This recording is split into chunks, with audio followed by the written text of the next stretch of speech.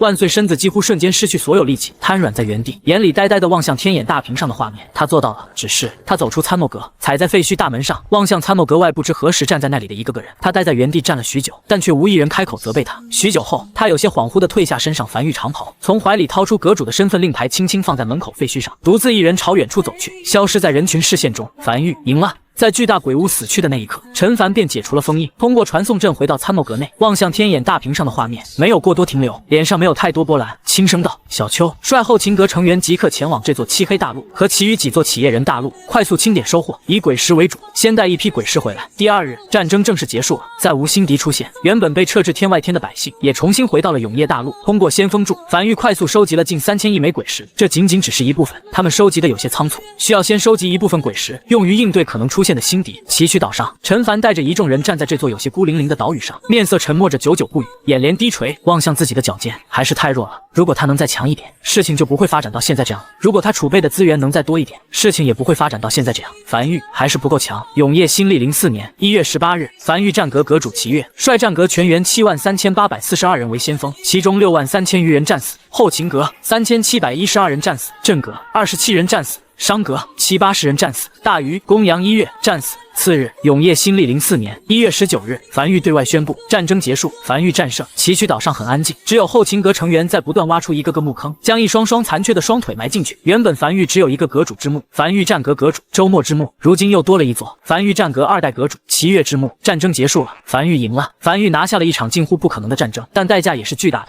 不知过了多久，当最后一捧土盖在最后一个墓穴上时，所有人下意识抬头望向陈凡。陈凡沉默了许久后，才沙哑缓缓道：“他们会回来的。我们要做的是，在他们回来后，樊玉不再需要他们以命相搏。”他没有再说下去。绝侯站在身后，手里那本阵亡名录已经被翻得卷边，他没有念名字，只是捧着，像捧着一块很重很重的石头。呼！陈凡站在导弹储备基地入口处，深吸了一口气后，他其实有些难过，但他需要振作起来，生活还需继续。总有一日，齐越战阁63000余人，本次战役中全部战死的樊玉成员都会归来。他不希望那时候的樊玉还需要有人以命相搏。片刻后，陈凡一个人默默回到了住所。一旁的望奎汇报完鬼石收集情况后，从怀里掏出2个东西放在桌子上。这2件东西是在那个巨大鬼屋身旁的扣扣带回来的。扣扣看起来好像有些情绪不好，微微正陪着扣扣。还有，这是大鱼进传送阵之前留下的一封书信。陈凡接过信，信很简短：狱主留给我的时间没多少了，我和公羊1月都不想在自己失去自理能力时被人像小孩一样照顾，我们想要体面一点，感谢狱主这些年的照顾，希望樊玉能赢，希望狱主你也要天天开心。大鱼亲笔。还有，王奎有些迟疑道：参谋阁阁主万岁留下了一封信，说自己要辞官回家养老，连同自己的身份令牌一起放在了参谋阁的门口的废墟上，我们定位不到他的踪迹，要让护阁找一下他吗？不找了。陈凡摇了摇头，让他休息一段时间。他明白万岁此次战役中所做的那个决定承受了多大的心理压力，那是从理性层面考虑近乎绝对正确的计划，哪怕是他来，他不能一定能在短时间内坚决执行这个计划。万岁的执行力很强，但如果不够冷血的话，战后所遭受的反噬是极强的，没有人能承受得住这种心理压力。他在最后一场战役中缺席了，那个巨大鬼屋只是隔空看了他一眼，他便被彻底封印，无法动弹。他甚至都不清楚这是什么手段。原地休整1年，陈凡停顿了一会儿后才轻声道：1年后前往战争泥潭。樊玉现在没办法进入战争泥潭，至少也得将漆黑大陆上的黑渊全部开采完毕。夜深人静，崎岖岛，公羊月独自一人端着饭盒来到崎岖岛，站在齐越的墓前。那前几日还活生生的人，今日全变成了一个墓碑，眼里泛泪，蹲下身子轻抚着墓碑上的齐越2字。陈凡站在暗处，没有上前。他今夜也来了，没有任何人陪同，他来安放天运。他知道这个东西没用，但张太平是唯一一个复活的，或许也有点用，至少买个安慰。他有点不想给战阁设立阁主了，他觉得战阁阁主这个位置可能有点不吉利。公羊月没待多久，将手里的饭盒放下后，便转身离去了。陈凡正准备现身，然而下一刻，刺啦！鬼火笼罩的夜色下，一道惨白的手臂从地底中刺出，紧接着便看见披头散发、有些狼狈的周末从地底爬出，一眼便看见了自己墓前还冒着热气的饭盒，有些迫不及待地冲到饭盒前，盘膝坐在地面上，揭开饭盒，用力吸了一口气，满足的咧嘴笑了起来，当即开始大口狼吐虎咽着，与此同时还含糊不清地嘟囔着：也不知道死了多久，怎么还有人记得我？这上坟的饭菜还是热乎的，就是这饭盒摆的位置有点偏，怎么在斜对面呢？没摆正啊！周末一边狼吞虎咽，一边下意识地回头，但在看见身后墓碑上的字后，身子突然僵在原地。樊玉战阁2代阁主齐越之墓，齐越死了。他听见身后传来声音，迅速转身望去，只见狱主不知何时出现在身后，急忙起身，语气中带着一丝茫然：狱主是。陈凡并未回话，只是望向许久未见的周末，半晌后才重重拍在周末的肩膀上，久违地流露出笑容：回来了，回来了就好，回去我慢慢跟你说。你走的这段时间发生了很多事，还还有那份饭别吃了，那是公羊月给他夫君齐月的，你别给吃完了，给齐月留几口。他不仅仅是为周末回来而高兴，他更是为齐月等一众本次战死繁育成员日后都有可能回来而高兴。这意味着，只要他努力发展繁育，总有一日死去的人都会回来，大家相聚在繁育，那时候的繁育一定会很强大，再无外敌之扰。如果说他一开始创办繁育仅仅是为了让自己在永夜能活下去，那现在繁育对于他来讲有了更多的意义。他要让跟着他的人总有一日都能再次在永夜大陆上相聚。战阁初代阁主周末回归，陈凡只觉得这几日的郁气一扫而空，整个人神清气爽了许多。他再次明确了自己的目标，也看见了未来的希望，哪怕现在有些曲折，但总会好起来的。永夜新历1月25日，距离繁育战争结束已经过去7日了，战后重建工作正在水深火热的进行着。而在永夜大陆某个不起眼的村落中，一个昔日繁育核心成员此时正两耳不闻窗外似的低头在田地里忙碌着，不是别人，正是万岁。万岁蹲在田埂上，用手把土块一块一块捏碎，土是生土，刚从荒地里开出来，捏碎了里面还是硬的。他把碎土摊在掌心，凑近闻了闻，又放下来，继续捏下一块。他其实不会种地，他没种过地。在加入繁育之前，在永夜店也负责参谋仪式，这块地是他拿手里最后一点积蓄买的。一开始他有点不习惯，但这几日下来也慢慢习惯了。每天做完农活后，他就坐在院子里发呆，有时候他会想起一些事情，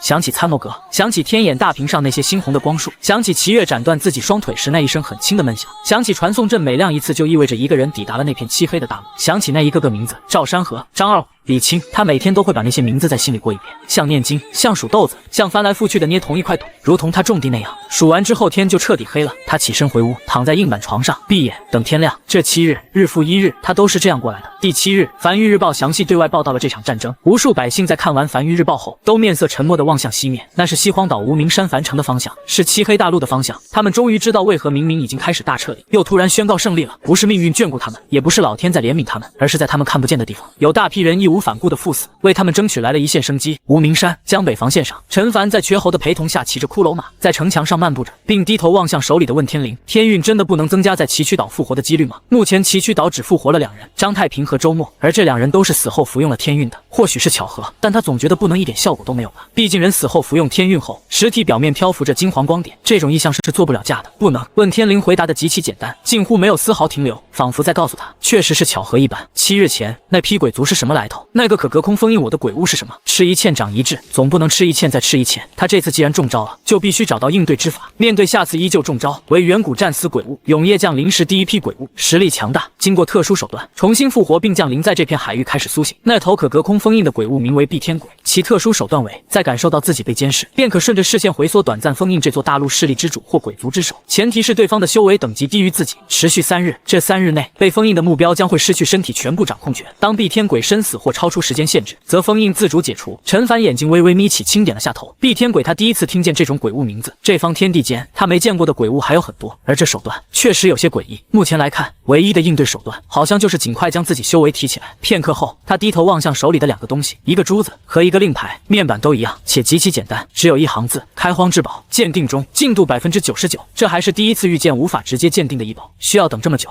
就在这时，100%进度条突然拉满了，而他手上的2个异宝突然不受控制缓缓飞在空中，自转着散发着阵阵猩红光芒。紧接着，面前浮现出一则面板，为远古鬼物出没，其所遗之宝方为开荒之宝，其所坠之石乃名开荒鬼石。依旧不是异宝信息，而是一句话。陈凡深吸了一口气，眼里的期待更浓了。只有远古鬼物第一次死亡才会掉落开荒之宝吗？这个开荒之宝的名头听起来就不弱，那是远古时期黑暗能量最浓郁的时候，肯定不是凡物。面板上的字迹如笔墨入水般渐渐晕染开来，并浮现出新的面板。异宝名称：蔽天鬼的独眼。异宝品级：红色，开荒之宝。异宝效果：可融入建筑或异宝，融入不同建筑和异宝，可为该建筑赋予不同效果。目前所属势力可融入建筑为下：1. 天眼鬼道炮，利用率70%，效果大幅增强其威力。2. 天眼之眼，利用率96%，效果可拥有蔽天鬼的能力，将任意一座位于天眼之眼监视范围内的种族或大陆的掌权人封印3日，1日内只能使用1次。3. 是神长矛，利用率67%，效果可将是神长矛提升至红色品级。陈凡眼睛微微眯起，红色品级的开荒之宝比他想象的要强，尤其是若是直接装在天眼之眼上，樊玉便可直接拥有蔽天鬼的能力。以后和哪座大陆开战的时候，直接一发封印砸下去，大陆之主都被他封住了，那胜率不是飙升，而且利用率也是最高的，足足有96%。这意味着蔽天鬼的独眼这个开荒之宝和天眼之眼也是最适配的，只有4%会浪费。只是他有些微微迟疑的望向第3个方案，是神长矛，其他几个方案都是建筑，只有一个是异宝，那便是神长矛，而这个异宝也是唯一一个可以和碧天鬼的独眼所融合的异宝，这是否意味着这个是神长矛？肯定有特殊之处。陈凡深吸了一口气，一时有些拿不定主意。和天眼之眼融合，就是100%的预期，对凡玉的提升肯定是大增的。和是神长矛融合，那就是赌一手，谁也不知道会融合出来什么东西，说不定就仅仅只是一个红色品级的长矛呢，又或许是有其他厉害之处。稳一手还是搏一手呢？算了，稳一手吧。良久之后，陈凡轻叹了口气，毕竟利用率只有67%，就算能融合也是有些浪费。他并没有第一时间做出选择，只是现在心里做了决定，才望向第二个开荒之宝。毕竟万一2个开荒之宝可以彼此融呢，那不是更屌？在看见第二个异宝面板的时候，他突然僵在原地。他甚至还没来得及看见这个异宝的名字是什么，就看见了一行字：是神长矛，利用率100%，效果可将是神长矛提升至红色品级，100%。陈凡眼里满是茫然。等等，永业大陆不会真有至宝吧？难道这个是神长矛就是永业大陆上的至宝？好像也不是没有可能啊。毕竟一开始是神长矛只是一个白色品级的异宝，除了是神长矛，他再没见过哪个白色品级的异宝拥有这么狂的名字。是神？不对。陈凡摇了摇头，他也有些搞懵了。是神长矛不是鬼王的专物，当时在雨季里给了秋葵，然后为了防止引来觊觎，特意用心血为其蒙尘的吗？不管了，这个东西是不是永业大陆的至宝，暂且另说。但可以确定的是，这个东西比他想象的要更有价值。有了这2样东西，目前摆在他面前的有2张方案。第一个方案，鬼眼融合天眼之眼，利爪融合是神长矛。第二个方案就有点疯狂了，鬼眼加利爪全部融合给是神长矛，赌一手位置。思考片刻后，陈凡心中有了决定，他将手里的碧天鬼的独眼举起。下一刻，凡于万里高空处的一座天眼之眼像是感受到了什么，一道极其细小且微弱的光柱从天而降，精准击碎了他手里的碧天鬼的独眼，但并未伤他一毫。融合成功，至此凡玉也有了碧天鬼的那个手段。同一时间，绝猴从远处一溜烟的跑来。少爷，你叫我？陈凡偏头望向绝猴，是神之矛给我。他接过是神长矛后也没多停留，将手里的令牌状的碧天鬼的利爪砸了上去，令牌碎裂，微弱白光绽放，矛身还是漆黑如墨，和从前没有任何区别。数息后，矛身上开始浮现出细密的纹路，漆黑的矛身开始从尖端褪色，颜色开始发生变化，变成金红色。两炷香后，整根长矛通体流淌着金红色的光泽，矛身上缓缓浮现出大量纹路，给人一种原本就长在矛身里面的感觉。陈凡下意识伸手握住这个悬浮在空中的是神长矛，不热不冷，微微发麻的感觉，像是被电了一样。而面板也发生了翻天覆地的变化。异宝名称是神长矛，异宝品级红色，异宝效果可对鬼物会造成不俗伤害，大小如意。以此武器释放出来的武技鬼技将获得10成威力增幅。已融合开荒至宝碧天鬼的利爪，利用率达100%，解除其已蒙尘状态，可将其投掷而出，威力相当于所属势力最高上限等级的天眼轨道炮全力一击，且可收回，单日可使用1次，并为该势力施加领地 buff， 部署在该领地区域内的所有城防建筑。天眼轨道炮、通天柱、防空炮等威力小幅提升。陈凡眼睛微眯，这个是神长矛来头确实不一般。一个开荒至宝仅仅让其解除了一个蒙尘状态，2个砸下去也只是解除2个蒙尘状态。不对，只有100%利用率的才能解除一个蒙尘状态。那个独眼砸下去就纯浪费了，一点用都没有。幸好没有2个都砸下去，而这个是神长矛只有在解除所有蒙尘状态后才能拥有其真正威力。可惜已经追溯不到其源头了。这个是神长矛最早是在江北荒原雨季那个鬼王手里的，想要知道那个异宝从哪来的，就只能问这个鬼王了。但这显然是不可能的。等等，陈凡面色微微古怪起来，也不知道95是不是能复活所有鬼物。要是可以的话，或许可以给这个鬼王复活，然后问问对方是神长矛是从哪来的。下一刻，被他握在手里的是神长矛，飘荡在瘸猴身旁，悬浮在空中，显然对瘸猴更为亲近一点。少爷，这没事，你拿着吧。陈凡摇了摇头，没多说什么。又是7日后，陈凡站在独眼大陆上，掐时间算算，95差不多也快回来了。他望向远处海面，呢喃着：95被困在战争泥潭里，首次进入需要待满1月才能回归，如今已经过了20天左右了，还有10天左右就能回来了。他每天都会和95通信，95那边一切安全。他和95说战争已经结束了，樊玉战胜，不过他并未告知95鬼皇向阳战死这件事，等回来后再说吧。就在这时，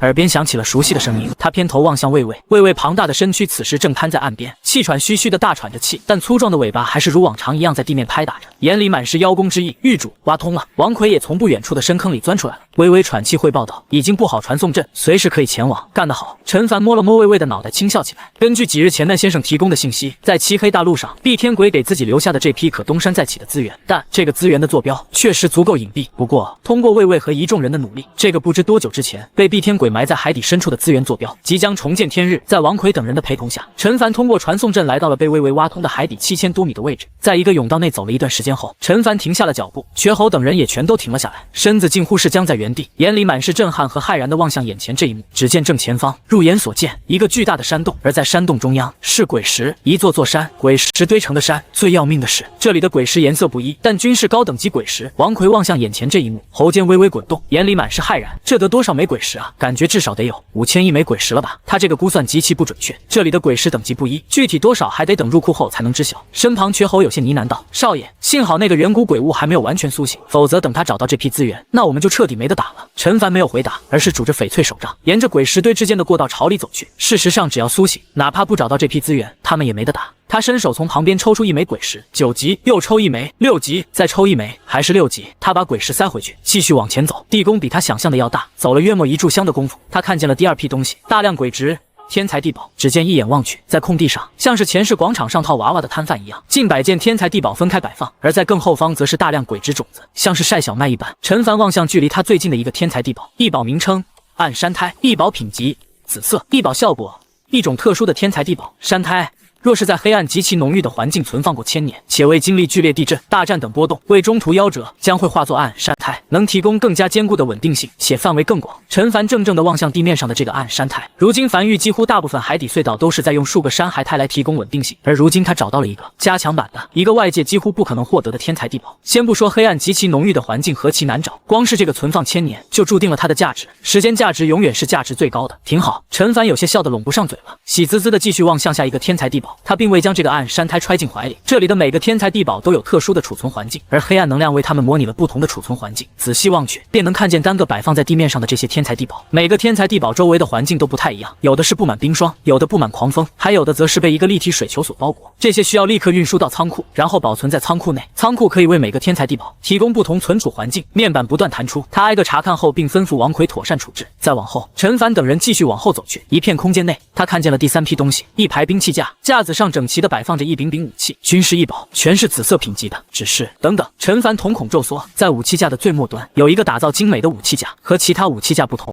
只有这个武器架是单独摆放一柄武器的，但此时这个武器架是空的。如果仅仅如此也就罢了，这很正常，这个一看就是碧天鬼的兵器架，碧天鬼随身携带也很正常。瘸猴，陈凡伸出手，瘸猴瞬间明白，将手里的式神长矛递了过去。他将式神长矛缓缓放在武器架上，咔，一道清脆的声音响起，严丝合缝，仿佛这个武器架是为式神长矛量身打造的一般。是瘸猴望向这一幕，眼里满是茫然，有些难以置信的呢喃着：怎么可能？难道这个式神长矛是碧天鬼以前的专武？不对啊，式神长矛如今这副模样，是融了碧天鬼的利爪的，在碧天鬼手里的时候，应该没融合吧？尺寸能一样吗？还不等几人反应过来，阵阵击扩声突然从这个武器架上响起，紧接着大量击扩声从巨大山洞的四面八方响起，仿佛地龙出窍一般，地面都在隐隐颤动。下一刻，原本的山洞末端墙壁突然从中间裂开，并如同大门一般朝两侧缩去，而映入眼帘的则是一个更大的山洞。空旷的场地内矗立着数十个巨大的透明圆柱，而每个透明圆柱里都囚禁着一个人类，此时双眼无神望向前方，如同死了一般，但时不时起伏的胸脯证明还是活的。陈凡带着瘸猴几人缓缓走进这个更大的石洞，那一个个巨大的透明圆柱所带来的压迫感是极强的，只要是个人类站在这里，都会不由自主地感觉到渺小。事已至此，式神长矛已经确定是碧天鬼的专武了，就算不是专武，也是常用武器，并且还是开启这个真正密室的钥匙。至于这个式神长矛是怎么从这个密室里失窃的，且跑到江北荒原雨季那个鬼王手里，这个就不知道了。他走向第一座透明圆柱前，有字，圆柱下方有一个巨大的石板，石板上面刻着字，人类的文字，记172载，无图一路，手剖其天道而离之，路程而道不语，此天公之手，非凡力可及，无天命为之。陈凡默默望向这行字，172年，这很有可能是永夜降临后的第172年，碧天鬼第一次将一座大陆的天道剥离出来。正常来讲，大陆覆灭，天道便会随之死亡，那先生算是一个例外，而如今他见到了第二个例外，也知道了那个被他杀死的碧天鬼名字，天命，一个足够狂的名字。仅仅只是这么3行字，他便更加觉得这场战斗赢得有些侥幸。倘若让这家伙完全苏醒过来，估计一巴掌就给樊玉拍死了，可能都不用那么费力。就在这时，陈凡怀里的传音符响了，是那先生有些急促的声音：陈凡，你在哪？出什么事儿了？我感受不到你气息了。陈凡扫了眼身后，沉默着没有讲话。那先生专门在他身上留了一丝气息，通过这丝气息，能随时感受到他的存在。而此时，这缕气息被隔绝了。片刻后，他才轻声道：就在密室里，你通过传送阵下来一趟吧，有些东西需要你看看。他望向四周，最后在山洞中央看见了一个矗立在地面的牙齿。总天道并未提过这间密室，也并未提过是神长矛是开启这个最深处密室的钥匙。不出意外的话，碧天鬼好像真的有避开天道视线的能力，听起来像是企业人想要的至宝。很快，那先生也通过传送阵下来了。当他走进这个最深处山洞时，看见那一个个被囚禁在透明圆柱里的数十个人后，身子突然僵在原地，眼里满是骇然。他感受到了同类的气息，这些被囚禁的根本不是人类，而是天道，而且看起来明显因囚禁时间过长，意识已被彻底泯灭，一种比植物人更夸张的状态。陈凡并未打扰那先生，只是让其缓一缓。避天鬼储存那么多天道干嘛？瘸猴忍不住开口。目前来看，除了收集，好像什么用都没有。你说对了，陈凡悠悠道，大概率就是单纯收集。陈凡拄着翡翠手杖，缓缓深入这个山洞，每个圆柱下都有一段话：记189载，吾在途一路，复剖天道而活取之。吾甚雄，这是第2个圆柱的。记200有2载，久逆杀伐，奇爽入骨，心神为之旷矣。陈凡默默地望向这一幕，通过信息可以看见这2座圆柱里囚禁的天道是在哪一年被剥离并囚禁在这里的。这个石洞里空间还很大，足以摆放更多的圆柱。暂不清楚天命是觉得一个密室里放这么多就够了，还是后来发生了什么事情，暂时顾不上这里。那先生情况如何？他不了解天道，或者说他肯定不如那先生了解天道，彻底失去了意识。那先生神情有些复杂的沉声道：天道本就无时间概念，曾经担任新大陆天道的时候，我并无实体，也无灵智，只觉得自己一直飘在空中，也不知过去了多久。而正常来讲，天道和大陆是同根，大陆被毁，天道也会被毁。而在大陆未亡之前，天道也不会亡。像这种大陆已亡，但天道却被强行剥离，实属极其罕见，肯定是用了某种秘法。而当天道有了人形后，便像我一样，有了思考，有了情绪，有了时间概念。通过他们的身躯可以看得出来，他们有了这些东西。而一旦有了时间概念后，被囚禁在某处上万年乃至数万年，便会像现在这般，肉体还在这种液体下有生命特征，但意识早已泯灭。那个名为天命的避天鬼，鼎盛时期的实力比我们想象的要更恐怖。陈凡面色平静的轻声道：所以我一直好奇，这种实力的鬼物以前是怎么死的？而且如果远古鬼物都是这种实力的话，人类到底是怎么传承下来的？历史好像断层有些严重，远古鬼物倘若都是这种实力，那破天之日就相当于神庄玩家去新手村欺负小怪，人类竟然还能传承下来，当真是奇迹。他没再说什么，继续走至密室的尽头。映入眼帘的是一张茶桌，而摆放在桌面上的一颗牙齿，异宝名称避天鬼的牙齿，异宝品级红色，异宝效果方圆数百米，可屏蔽天道的视察，不被天道察觉。他将这枚猩红的牙齿拿在手中，低头查看着面板。那家伙的牙齿竟然都是一个红色品级的异宝，这还是他第一次见到。鬼物还没死，身上的东西就有异宝信息的，可惜是活着时候留下的，要是死后掉落，怕是就变成开荒之宝了。啪！陈凡猛地拍向脑门，有些无奈。天命尚未苏醒的时候实在太弱了，被天道炮直接湮灭了，尸体都没了。如果能留下尸体的话，那嘴里应该有不少牙齿吧？除了牙齿，身上的其他地方肯定也都是宝贝。就是这个东西屏蔽了天道的感知吗？那先生上前一步，望向陈凡手里那个牙齿，这个牙齿给他一种很奇怪的感觉，明明就在眼前，但要是想对焦上去，又极其困难，只能看见模糊的一个外观。陈凡点了点头，他正在思考这个东西在什么情况下会派上用场。很快，他想到了和天命一样的用法。天命在这个密室里留下这个牙齿是不想被大陆总天道察觉，而鬼族也是有自己总天道的。当他日后想要做什么事儿，不被鬼族总天道所察觉的时候，这个东西就派上用场了。他又望向内部，茶缸里已经空空如也了，在时间流逝下早已经消散。除此之外，还有一枚令牌。陈凡在茶桌下捡起这令牌看了一眼，眼睛微微眯起，没和瘸猴等人多说，将令牌揣进怀里，走出密室，摆了摆手，让后勤阁人可以来了，鬼石都搬回去，顺便给这里修缮，以后这里也是我们的一个秘密基地了，一般人都不知道我们在这里。不拆吗？瘸猴下意识的开口发问道。这密室表面铺设的那层海晶可是好东西，怎么拆？陈凡没好气的。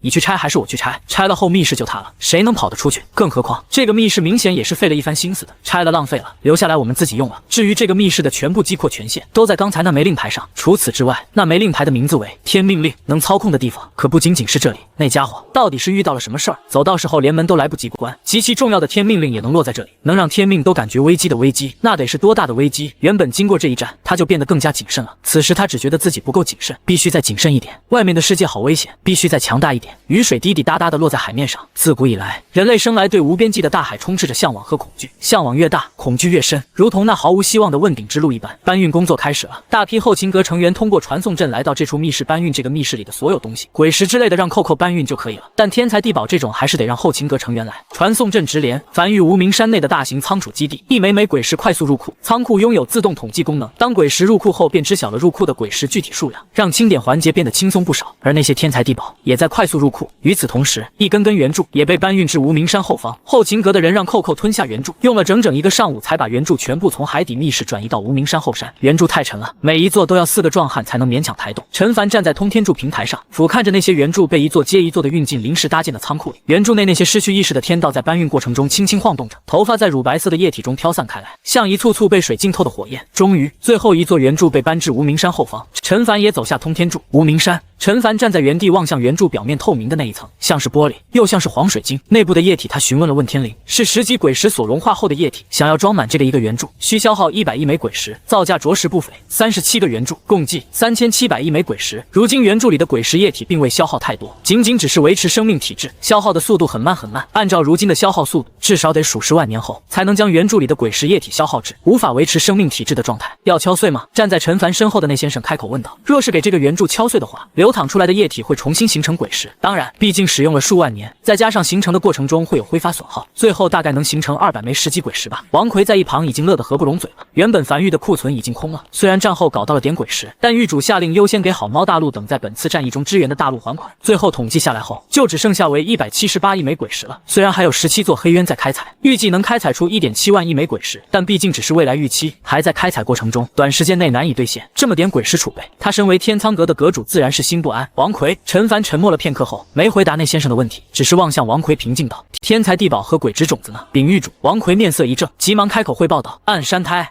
按地脉根。”按压浪石那几件至宝已经专门存放在战略储备库，按守夜兰的种子共400余粒等鬼之种子移交给白骨阁了。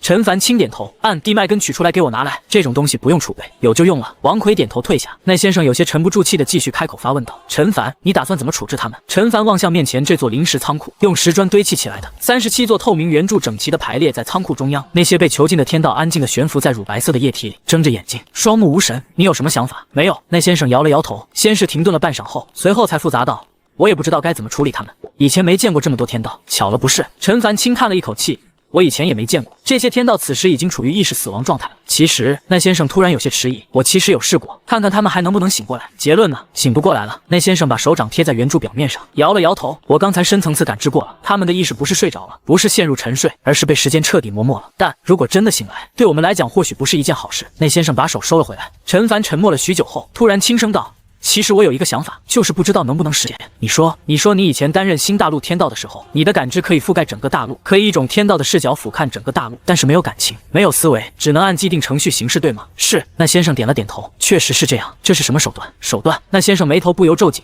这不算是什么手段，算是本能吧，就像人类呼吸一样，人类也不会刻意去呼吸，自然而然就呼吸了。是这样。陈凡轻点了头。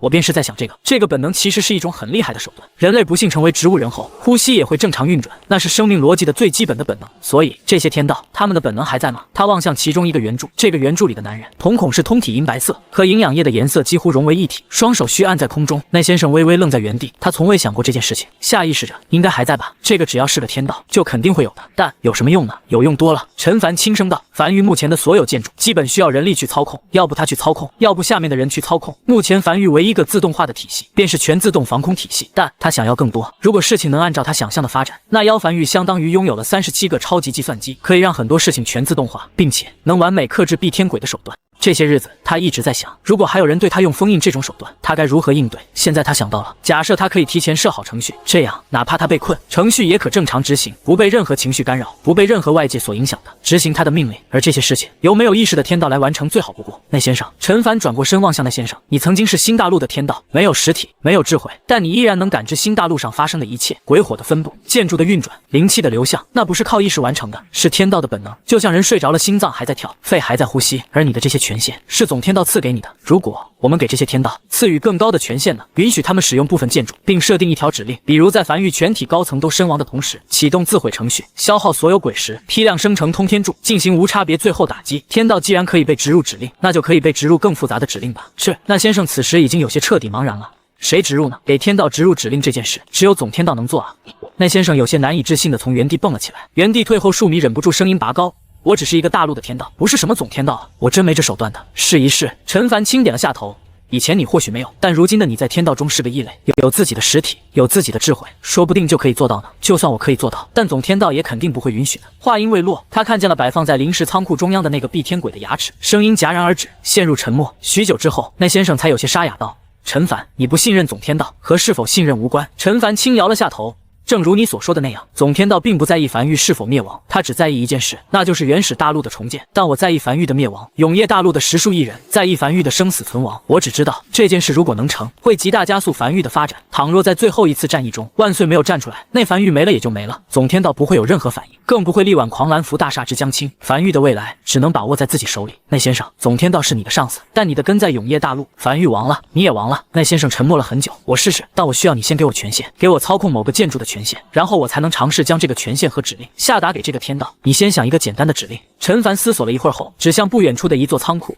这座仓库里面如今是空的，没有1枚鬼石，你就下达一个，当这座仓库鬼石少于1亿枚的时候，自动补充至1亿枚，拥有操控巨鬼乘坐梵域高铁权限，开启仓库权限，且不能从战略储备仓库提走鬼石，只能从无名山内部的仓库提走鬼石。好，那先生点了点头，表情有些难看，艰难转身望向身前这个圆柱。他从未想过自己有朝一日会对一个天道下达指令，这也太他妈的疯狂了。他看了眼那枚蔽天鬼的牙齿，明明陈凡在密室里还说不知道这个牙齿有什么用，这才过了多久就想到该怎么用了。那句话果然说的没错，只要手持锤子，不愁没有钉子，世间万物皆是钉子。那先生深吸了一口气，缓缓闭上双眼，意识渐渐飘出，直至飘至这座圆柱天道意识深海处。熟悉的场景，一边无际的海洋，空无一物，什么都没有。这里是这个天道的意识深海。他以一个俯瞰的视角俯瞰着这片海洋。上次总天道允许永夜大陆晋升之时就是这样，不过那时候他是在海上单膝跪着的。如今换了个视角，海面上空无一物，这也说明这个天道的意识彻底消散了。他有些紧张地伸出右掌，掌心有纹路在闪烁，那是刚才陈凡赋予他的权限。如今他要将这个权限赋予给这个天道。他缓缓开口，声音有些微颤。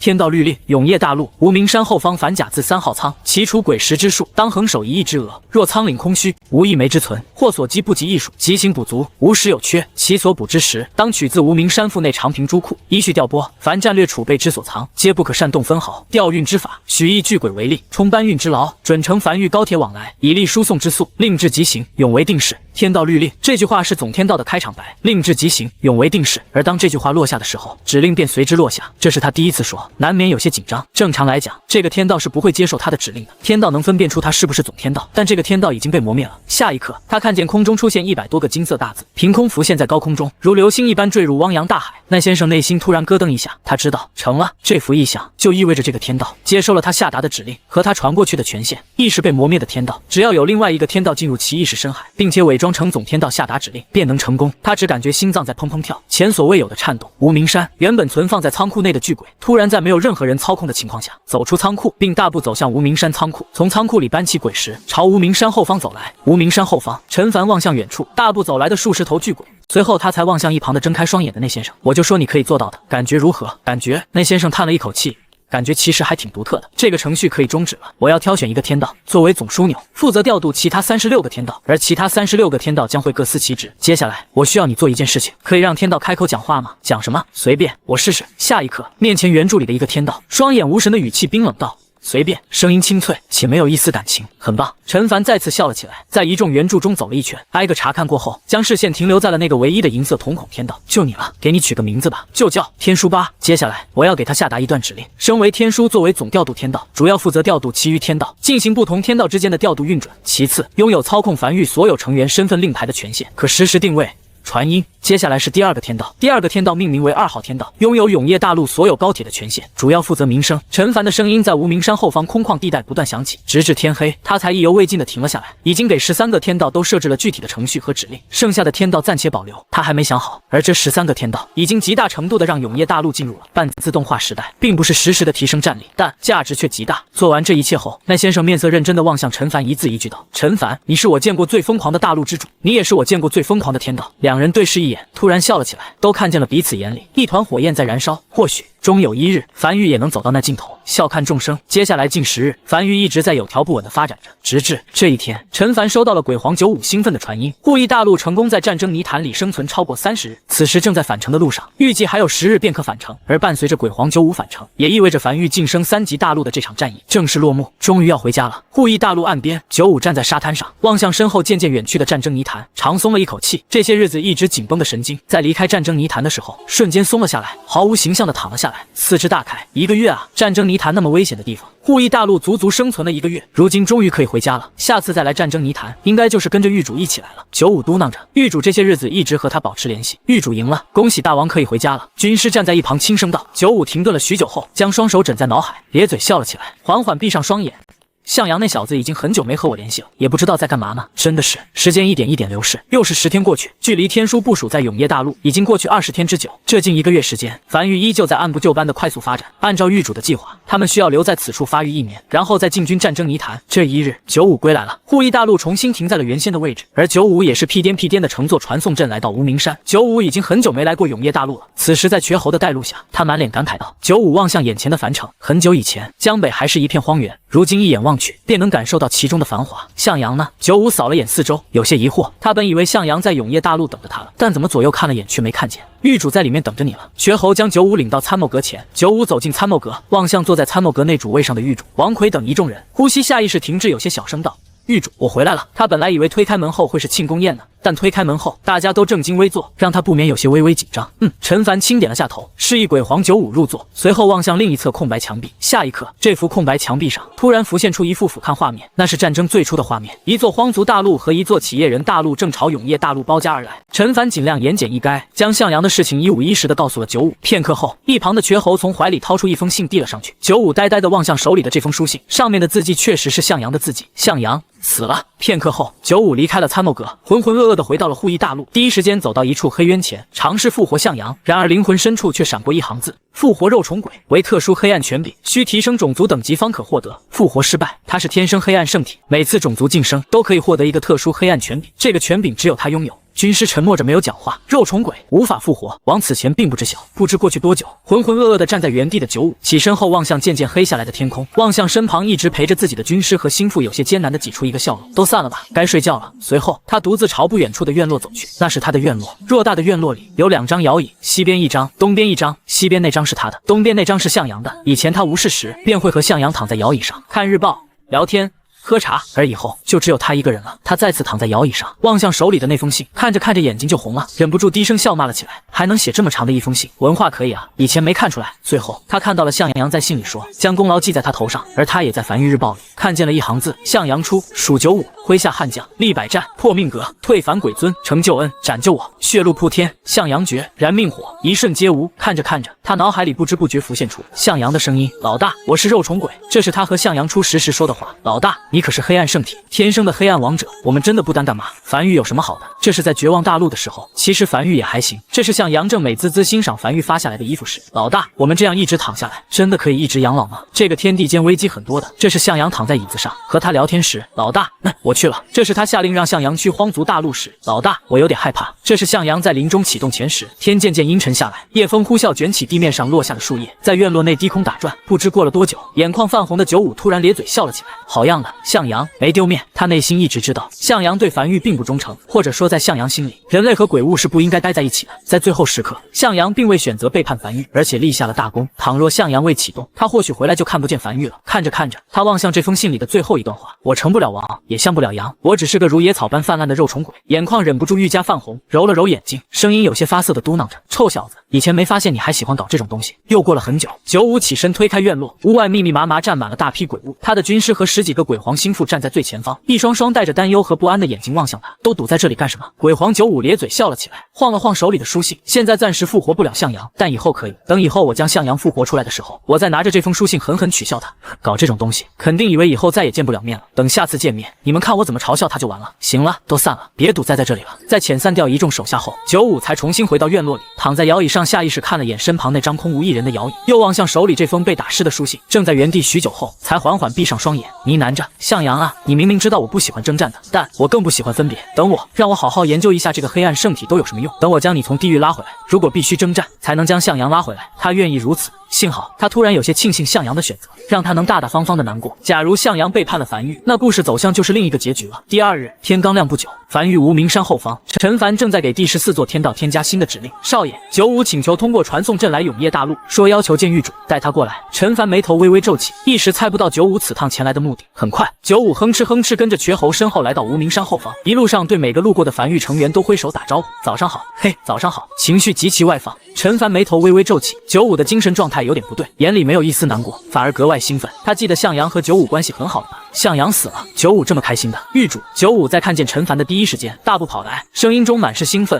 樊玉变化真大，尤其你看这一根根摆放整齐的通天柱，看起来就气派。还有这些圆柱，圆柱里的这些人是，还有那个圆柱上面面色惨白、嘴唇乌青的人是谁？看起来状态有些不是很好啊。你等等，陈凡眉头皱起，打断了九五。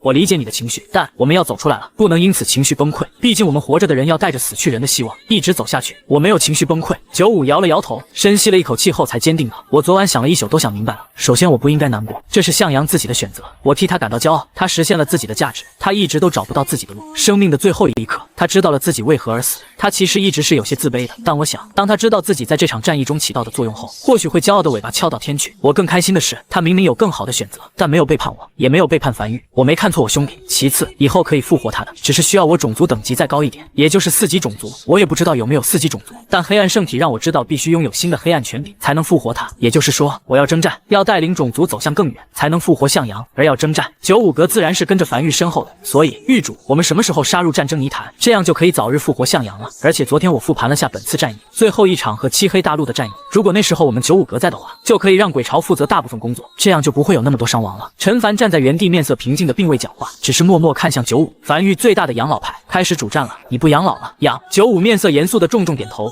对我来讲，养老是一件事很重要的事情，但更重要的是带着兄弟们一个不少的大家一起养老。陈凡沉默了许久后，望向九五，突然笑了起来。一年后，樊玉正式进军战争泥潭。我相信，终有一日向阳会回来的，齐月也会回来，大禹也会回来，死去的人都会回来。到时候，我们开一个极大的庆功宴，将所有人都聚在一起。在得知向阳有可能复活后，他突然想到了大禹。倘若肉虫鬼都有可能复活，那守夜人是不是也有可能复活？只不过是他如今做不到而已，只要再强一点就可以了。就这样，樊玉在接下来的一段时间内一直在按部就班的发育，直至到3月27日，战争已经结束一段时间了。在这段时间内，这片海域迎来了久违的安静，再无其他大陆来打扰。如果能一直保持这种状态的话，那战争泥潭其实都不用去。陈凡拄着翡翠手杖，独自一人站在崎岖岛上，望向齐月之墓，感受着咸湿的海风拂过身体。他觉得他并不贪婪，想要的很少，但就是那么一丁点东西，却不愿意留给他。与此同时，一座由不规则的立方体组成的高塔正在玄武平原有条不紊地打造着。这是樊玉的另一个杰作——9天引雷塔，利用天雷阵和暗风阴烛这件异宝为引雷塔充能。随后，雷电通过铜管传输到通天柱。这一日，9天引雷塔正式建成，并且即将进行第一次试验性启动。在众人的注视下，天雷阵和异宝的碰撞，诞生出了第一道袖珍银色闪电。紧接着，塔身上的一个个立方体空间被不断点亮，直至第100层。这个最高的密封空间，近乎一瞬间被银色光芒吞没。然后，银色闪电在塔顶炸开，被早就等在那里的谢雷铜管接住，沿着铜管朝无名山的方向涌去。下一刻，银色闪电抵达导弹储备基地，银色闪电从谢雷铜管的末端涌出，然后通过一根根散开的铜管，涌向各个通天柱为他们充能。片刻后，陈凡眼里带着笑意，轻声道：“成功了。”正常来讲，樊玉想要充能一根1级通天柱，在正常雨季或者是用异宝引雷的情况下，需要3日。如今共耗时1个时辰，速度比之前提升了36倍。陈凡走在导弹储备基地内，终于忍不住咧嘴笑了起来。这个9天引雷塔会让他在1年后前往战争泥潭中，拥有足够的底蕴。原本1年的时间，来10级通天柱都不够储备的，现在看来28级通天柱都够了。通天柱消耗的不仅仅是鬼石，还有时间，这是一个势力的底蕴体现。一旦耗尽，短时间内是无法快速填补的。而如今，樊玉用了填补这个空间的手段，他从怀里掏出传音符，停顿了一会儿后才轻声道：“试验完美成功，9天引雷塔完美落幕。”下一刻，震耳欲聋的声音在玄武平原上空猛地响起：“永业新历04年4月5日，战略级工程9天引雷塔成功完工，并于当日正式投入使用。该工程牵头负责人参谋阁副阁主陈九天，正阁阁主张千秋。而这一日，樊玉日报上出现最多的名字便是陈九天。与此同时，在战争泥潭深处，一座大陆深处的会议室书桌前，桌面上正摆放着无数份材料，隐约能看见不少稀稀散散的樊玉2字。而此时坐在这张书桌前的一个男人，正面无表情地望向手中的这封信。论屠神战役中陈九天的重要性，他们大陆虽身处战争泥潭，但对外界海域所发生的事情也不可能一无所知。最近，他最关心的便是前段时间的那场战役，他将其命名屠神战役，寓意着几乎不可能战胜的战役。樊玉以刚晋升至3级大陆的势力，硬抗7座老牌3级大陆，并且悉数歼灭，其暴露出的实力不可谓不恐怖。尽管详细的战争过程他并未拿到，他不是非常清楚樊玉是怎么取得最终胜利的，但手里这张一个手下的想法，他觉得很有意思。可以确认的一点是，樊玉拥有某种隐藏通天柱威力的手段，可以绕过和平雕塑的探测。这个个手段便是来自于这个叫陈九天的年轻人，一个21岁的年轻人，隶属于樊玉参谋阁，并无一官半职，或许可以尝试挖过来。中年男人坐在书桌前，望向手中陈九天这3个字，面无表情地沉默着，久久不语。良久后才轻声道：“黑旗。”话音刚落，屋内角落便有隐隐出声响应。我在，我们大陆暂时无法离开战争泥潭，但可以派点人去樊玉一趟，和那个陈九天试探性的接触下，看看是什么态度。能挖过来最好，挖不过来也别暴露我们的身份。樊玉迟早要进入我们所在的战争泥潭，尽量不要和其为敌。是。阴影领命退去，而中年男人则是沉默了许久后，才长叹了一口气，靠在椅背上呢喃着：“最近真是越来越乱了，必须进展得快点了。”时间不知不觉来到永业新历04年10月1日初秋，陈凡走在无名山内的石子铺设的路面上，感受着秋风袭来，带着瘸猴几人朝不远处的无名山后方的异兽培养屋走去。偌大的屋子前，药王谷的人正围在附近，而魏魏则是带着扣扣趴在屋前，有些紧张的不断拍着尾巴。陈凡看着这幅画面，总觉得极其古怪。以前只有魏魏一个人喜欢拍尾巴，后来多了扣扣，现在看起来好像又要多一个了。今天是魏魏父母生产的日子，不容易啊，终于生了。少爷，名字想好了吗？陈凡陷入沉思，当初给扣扣取名是取了魏魏2字的偏旁，谐音口口。给这个即将诞生的吞天鳄取名，他下意识就要取魏魏2字的另外一部分魏魏，但好像有些和魏魏重复了。等等，他想到了。陈凡面色平静且淡然的轻声道：“魏魏的这个第2个妹妹，经历如此之久才诞生，也算是苦尽甘来了，就叫甜甜吧。”瘸猴点了点头，并从身后周末手里接过一枚鬼石，这是他的战利品。而周末则是满脸难以置信地望向瘸猴，一炷香前，瘸猴和他打赌，说他能猜到少爷给这个新生吞天鳄取的名字叫什么，问他信不信。赌1枚6级鬼石，他自然是不信的，这怎么可能？他能明显看得出来狱主没有和瘸猴串通，一看就是临时思考出来的。可瘸猴到底是怎么精准猜到狱主会取甜甜这个名字的？下一刻，异兽培养屋的大门被推开，药王谷成员抱着一个刚睁开眼的吞天鳄幼崽走了出来，魏魏和扣扣则是第一时间围了上去，眼里满是新奇。而久违的魏魏父母也从异兽屋里走了出来，不生了，不生了，以后说什么也不生了，以后再碰老娘，老娘给你棍剁下来。小鳄完全没有刚生产后的疲惫，4肢健步如飞的朝无名山深处跑去。老婆，等等我！大鳄则是满脸焦急的跟在身后。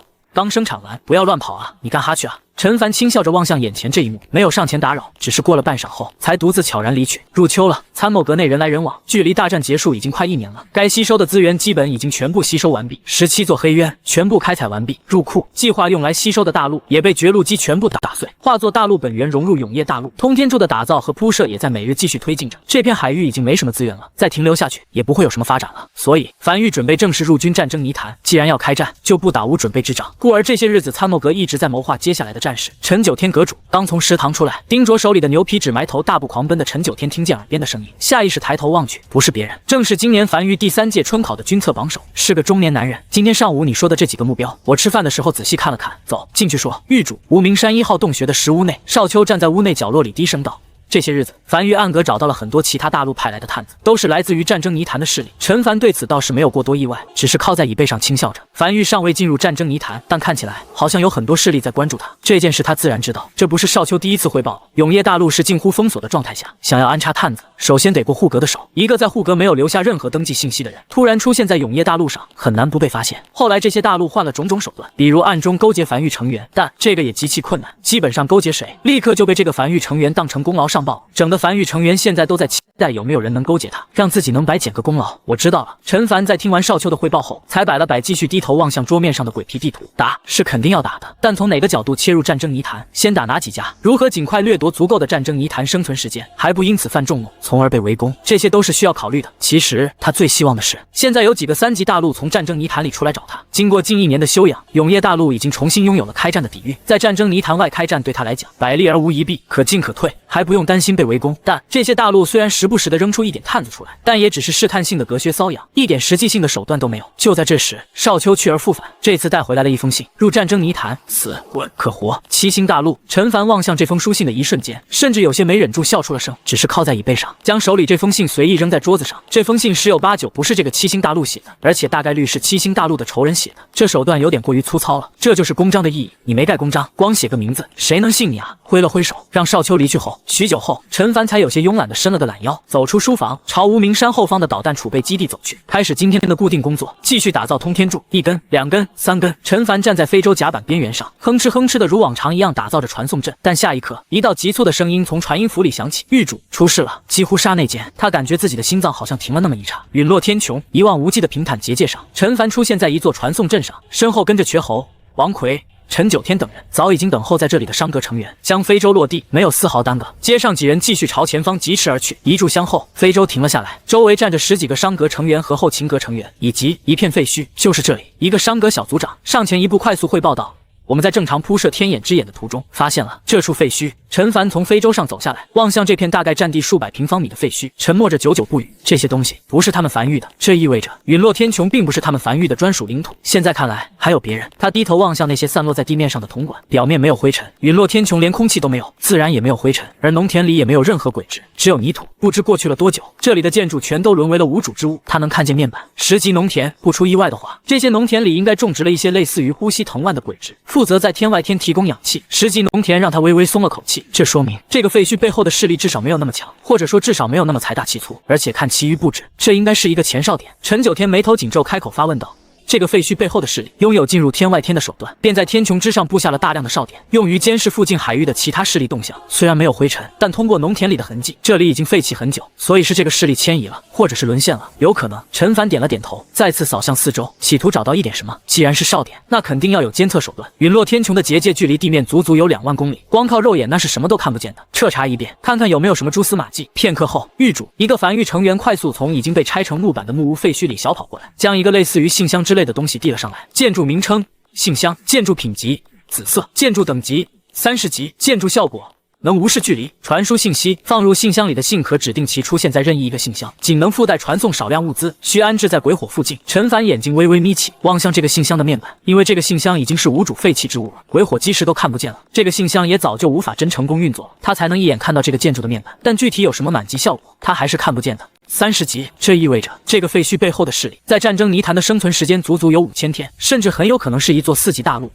而几乎同一时间，陈九天也发现了不对。陈九天眉头紧皱，身为参谋阁，最主要的就是要熟悉繁育每一个建筑的效果，并将具体数据记在心里。此时在知晓了这个信箱功能后，几乎脱口而出：繁育如今的信号塔的传音范围普遍在100万公里，这已经是一个非常远的距离了。倘若全都升至30级，将会有200万公里的通讯范围。传音符肯定是比信箱要好用的吧？为何不用传音符，而是要部署信箱？这个势力不可能没有信号塔，难道是此处距离这个势力大本营的距离已经超过了200万公里？谁会在200万公里之外的地方建立哨塔？这种军事部署根本就是在浪费资源。陈凡没有讲话，只是晃了晃信箱，里面有声响。从信箱背后打开并取出了一封信，信纸的材质不错，但或许是过去太久了，字迹已经变得极其模糊了，近乎一个字都看不清。信封里还装着一枚极其小巧的流影石。下一刻，流影石被激活。喂！一道极其清脆且兴奋的声音响彻在众人耳边。只见流影石在空中投影出一幅画面，一个身穿麻衣的男人正站在画面正中央，对着流影石不断摆手，眼里满是兴奋。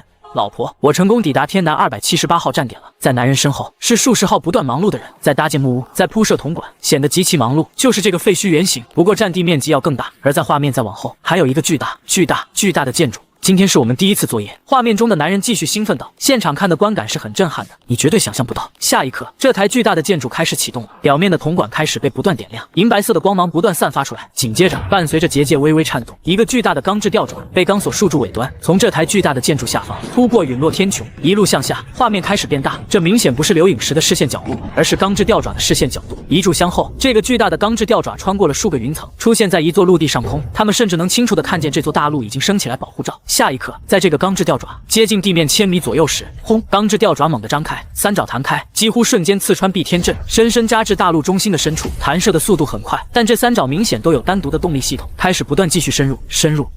下一刻，整座大陆开始被极其粗暴的连根提起，海水从大陆边缘往下倾泻，砸进海面，激起环形的白色浪墙。与此同时，还能看见那钢索上那些正在泛着猩红光芒的阵纹，那些阵纹是他从未见过的。依稀还能看见有不少建筑从这座大陆边缘滑落，重重跌入海里。紧接着，在这座大陆被一路提升至距离陨落天穹结界只有数百米的时候，这座巨型建筑开始移动，就这样携带着这座大陆朝远处移动，全程持续时间极短，而且极其轻巧，就像是抓娃娃机一样，抓到一个娃娃，然后移开，画面结束。但陈九天几人全都僵在原地，眼里满是骇然，嘴唇微微发颤，一句话说不出来。这完全是另一种形式的碾压。梵域如今的底蕴远超寻常3级大陆，所储备的通天柱数量足足有数百万根。倘若以如今的底蕴再次经历年初那场战争，梵域不会如此狼狈。梵域所有人都认为比樊玉底蕴强的3级大陆应该不多，但在面对这种情况的攻击前，他们想不到樊玉该如何应对。通天柱那钢索和钢制吊爪的坚硬程度，完全无视了通天柱的轰炸。一座3级大陆不可能没有天眼通天柱，这意味着这钢爪甚至可以硬抗天眼通天柱。这就是4级大陆吗？陈九天声音有些微微发颤。如果说之前他对4级大陆没有概念，那这一次他有了。对3级大陆可以说完全碾压，而且对于这座4级大陆来讲，这次甚至根本算不上是军事行动，派来的也只是一群执行后勤的而已，就是简简单单的带回去一座大陆，或许是为了提炼大陆本源，又或许是有其他可能。总之就是带回去了一座大陆，天南278号站点，也就是说，这里很有可能是这座4级大陆所抓走的第278个大陆，甚至要更多。暂停铺设天眼之眼，陈凡下达了这个指令后，才转身向身后走去。他需要去问下问天灵。无名山有一个建筑，占地面积很大，人类在这个建筑前面像蚂蚁一样渺小，部署在陨落天穹上，可放下一个巨大的钢制吊爪，并抓起一个大陆然后带走。这是什么建筑？陈凡站在1号洞穴前的城墙上，望向手里的问天灵。这是自创建筑，是更加复杂的玩法，也是4级大陆的主要玩法之一。在大陆晋升至4级大陆后，便可自创建筑，通过铜管、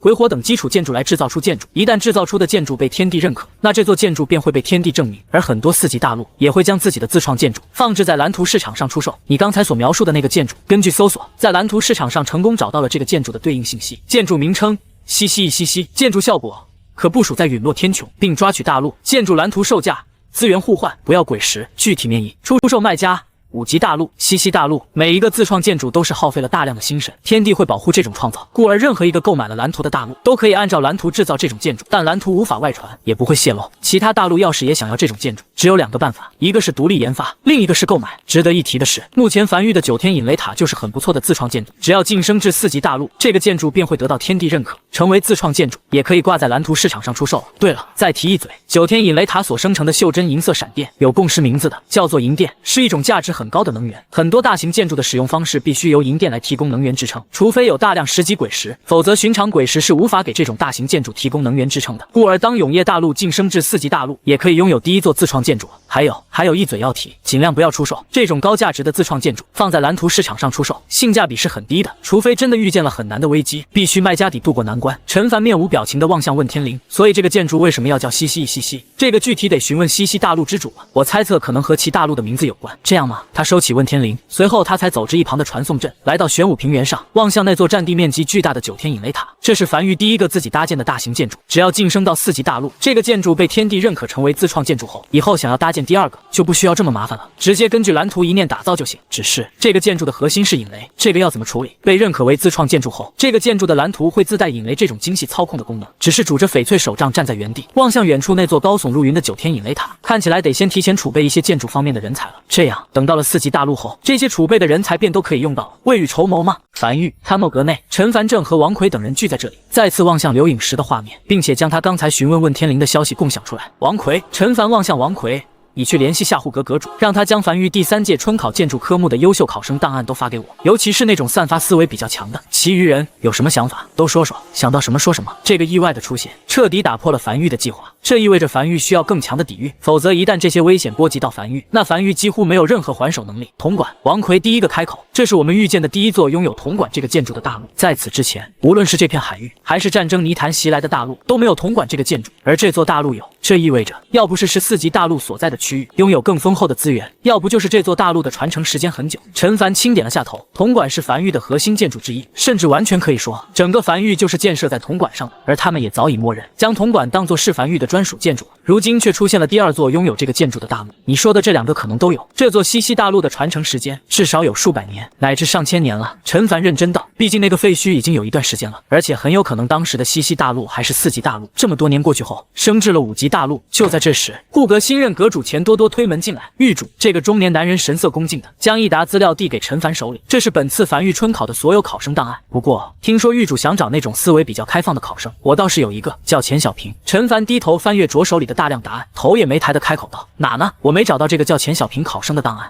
狱主，这批考生档案都是前来参加这次春考总考的，这个叫钱小平的考生并未通过民间初筛，因为他不是个建筑师，而想要参加繁育建筑春考的最基本条件就是首先必须得是个建筑师。但这个人在民间有一定的名声，动手能力很强，是个很不错的木匠，而且在繁育私塾里帮助不少建筑师更好的参悟了蓝图，思维开放能力极强，这是他的私塾老师对他的评价。陈凡接过来钱多多递来的档案，档案上最后一句便是这个私塾老师对这个钱小平的评价：一个很优秀的后勤辅助人才，可惜不是建筑师，否则肯定会成为优秀的建筑师。建议收纳繁育后勤阁，如有机会给该学生一枚建筑师令，使其成为建筑师，该学生一定会成为一名优秀的建筑师。繁育如今正在大力发展，而这个过程的老师基本上都是尽心尽职，给出的评价也基本上都是真实评价，当之无愧老师之名，而这个评价已经很高了。建筑师令王奎，繁育现在有建筑师令吗？共计168枚。他人呢？陈凡抬头望向钱多多，带他过来。他现在是繁育后勤阁的一级成员，我已提前让他在参谋阁门外等候，这就让他进来。下一刻，参谋阁被推开，一个浑身满是木屑的年轻男人有些忐忑地走了进来，站在陈凡面前，声音有些发颤道：狱主，钱阁主给我引荐了你，说你对建筑兴趣极其浓厚，也有这方面的天赋，观察能力和思维开放能力很强，但唯独不是建筑师。你的私塾老师对你的评价也很高，看一遍屏幕上的内容，告诉我你有什么看法。陈凡没有过多客套，直接在天眼之屏上快速重播了一遍刘颖时那个抓娃娃机启动的画面。原本还在忐忑的年轻男人，在看见这一幕后僵在了原地，眼里满是震撼，仿佛有一扇新世界的大门在眼前打开了。原来建筑还可以这样玩。这是一座4级大陆西溪大陆自创的建筑，说说你看出什么来了？年轻男人闻言深吸了一口气，他知道自己的机会来了。狱主，这个铜管里流淌的光芒和无名山后方的导弹储备基地流淌的光芒颜色基本一样，说明这个巨大建筑的驱动方式大概率是袖珍银色闪电，而这个建筑最顶部那个圆形区域应该便是储存能量的方式，而这种能量繁育如今也没有很好的储存方式，都是在玄武平原引来后便顺着铜管运往无名山。陈凡面色平静地轻点了下头，这都是些极其寻常的东西，谁都能看得出来，而且繁育确实没有储存袖珍银色闪电的版本，这种级别的闪电极其难以储存，都是一直用，用完了就不引了，关闭9天引雷塔。但钱小平口风一转，这个西溪大陆虽然做了很深的防盗痕迹，但还是能看见一点痕迹，比如那个用来储能的圆顶。狱主，你觉得它像不像通天柱的顶部？陈凡眉头轻挑，快速放大屏幕上的画面，是有点像。你的意思是？没错。钱小平有些手忙脚乱地从怀里掏出大量草图，我最近闲暇时刻恰好在研究这个课题，我发现储存袖珍银色闪电的方式其实繁育一直都有，那就是通天柱，用通天柱储备便可以，只要将通天柱加以改造，便可利用通天柱的顶部做一个储能罐。这个西溪大陆大概率就是采取了这种方式，但内部更精密的东西我暂时就看不出来了。继续，陈凡声音没有多少波动，但望向钱小平的眼神里却多了几分期待。还有没有什么发现？有。钱小平捡起所有草图后才急忙继续开口道：首先是那钢索，这个钢索是由数百个钢索缠绕在一起的，上面的阵纹我看不懂，材料我也看不懂，但这根钢索必须承重力极强，才能抓起整个大陆。最重要的是，这个建筑的三角沟并没有特别大，三角沟完全张开后也就上千米宽左右，这个体型相比一座大陆来讲可以说是不值一提的。这就意味着，哪怕这个三角沟的拉力再强，钢索再硬，大概率也只是将整个大陆挖出一块土而已，不足以抓起整个大陆。这座大陆的硬度就不支撑完成这个动作，除非是特别硬的大陆。所以这个三角沟要想勾起整个大陆，就必须有一个动作，那就是延伸。你们看见这个画面，三角沟落地后，钩爪一直在颤抖，这个过程就是在延伸，将大量类似于脉络的东西发射到这座大陆的深处，然后类似于渔网一样，将这座大陆罩起来，再勾起来并调走。其实繁育也可以做到。陈凡这回彻底来了兴趣，你说说繁育怎么做到？在私塾的时候，老师说繁育最近新增了一种轨质，叫做暗地脉根。这种轨质放入大陆后，会化作无数树木根系扎进大陆深处，稳固大陆板块结构的时候，大幅增强大陆硬度。倘若在3个沟爪上都放置一个暗地脉根，沟爪刺入大陆地表的时候，3个暗地脉根激活，便会有大量根系状脉络深处罩住整个大陆，并且因为稳固了大陆板块结构和增强硬度，也可以确保大陆能承受得住被吊起在空中以及高空托运。不过这里有很多问题需要解决。比如暗地脉根身为轨质和建筑的融合激活性以及回收多次利用性，但手段是可以调试的，思路是大体不变的。就算没有暗地脉根，也得需要其他类似的手段，这样方可完成整个吊起运输一座大陆的工作。陈凡面无表情地望向面前这个从一开始的忐忑到现在开始侃侃而谈的年轻人，半晌后他忍不住轻笑了。挺好，但是研究建筑终究还得是个建筑师才行，光停留在理论层面上还是不太行。没关系的，狱主。钱小平有些沉不住气的急忙开口道：我可以为那些建筑师辅助，给他们提供灵感。他是真的想多接触一下建筑，虽然后勤阁也可以接触很多建筑，但终究不如待在建筑师身边接触的多。不用，王奎，待会儿给这小家伙拿一枚建筑师令。好嘞。王奎笑着应了下来，有些像是看晚辈一样的望着面前这个年轻男生，这让他想起了很久以前的自己。是。钱小平僵在原地，眼眶瞬间通红，双膝猛地一软跪了下来。狱主。过。老师和他说过，建筑师令这种东西极其稀有，每次面试都会哄抢。他从未想过自己有朝一日会拥有一枚建筑师令。陈凡上前一步，将钱小平搀扶起来，轻声笑着道：“我相信你配得上这枚建筑师令。”以及樊玉今日新立一阁，名为研发阁，后勤阁所登记的所有樊玉建筑师，以后全都转至研发阁，并且正阁、后勤阁等部门需调动一些人手加入研发阁，一起辅助研发建筑。研发阁最大的任务就是研发建筑，而你钱小平从今日起担任研发阁代阁主，负责整个研发阁的管理和调动。现阶段主要任务是挑选人才和将你刚才那个储存袖珍银色闪电的概念落地。当有了足够资历或者功绩后，正式转正。很快，研发阁的部门阁楼在无名山后方搭建起来。时间一点一点流逝，眨眼间便来到了永业新历05年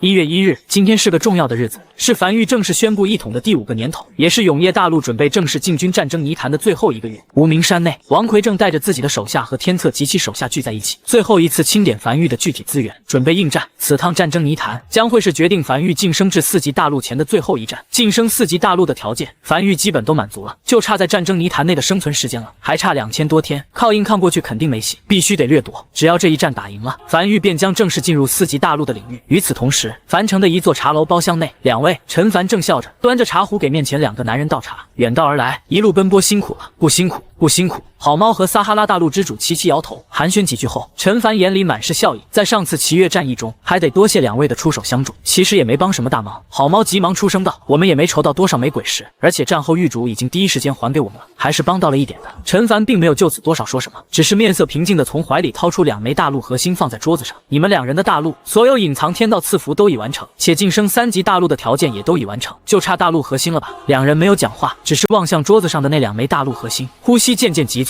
陈凡停顿了片刻。这1年内，樊玉不但在休养，还在这片海域里清除掉了所有天道鬼，掉落了2枚大陆核心。好猫大陆和撒哈拉大陆的出手相助，他没有忘记，能有回报的地方，他从不会吝啬。给了2人一点时间后，他才继续道：“这2个大陆核心，2位带走，回去晋升3级大陆，以及1月后我会前往战争泥潭，寻求晋升4级大陆之契机。晋升4级大陆有3个方向，分别是战争大陆、和平大陆、后花园大陆。”樊玉已别无选择，只能晋升第1座大陆，但我希望2位的大陆能分别晋升至和平大陆以及后花园大陆。当然，晋升4级大陆的条件极其困难，但倘若永业大陆成功晋升至4级大陆，会帮助2位同样晋升至4级大陆。我希望我们之间能保持密切的盟友关系。既然有3个方向，那3个方向他就都要。万一另外2个方向大陆会诞生什么独有建筑师，他也能从好猫大陆和撒哈拉大陆身上获得，不至于去高价购买。他停顿了一下后，继续道：“晋升3级大陆后没有保护期，2位需要尽快发展。我会给2位留下一笔基础战争泥潭生存时间，每座大陆200天，这点时间足以让2位虽未进入战争泥潭，但面对其他从战争泥潭出来的3级大陆袭来时，也有一定的自保之力，至少可以撑到樊玉的支援到来。3年后，樊玉倘若一切正常，便已晋升至4级大陆。若出了什么意外，那我们的缘分也就到此结束了。本次谈话遗忘便可，2位可自行决定大陆的未来发展。2位还有什么需要询问的？”好猫和撒哈拉大陆之主对视了一眼，齐齐起身，眼里满是兴奋且恭敬的抱拳低头，愿听陈狱主的一切调遣。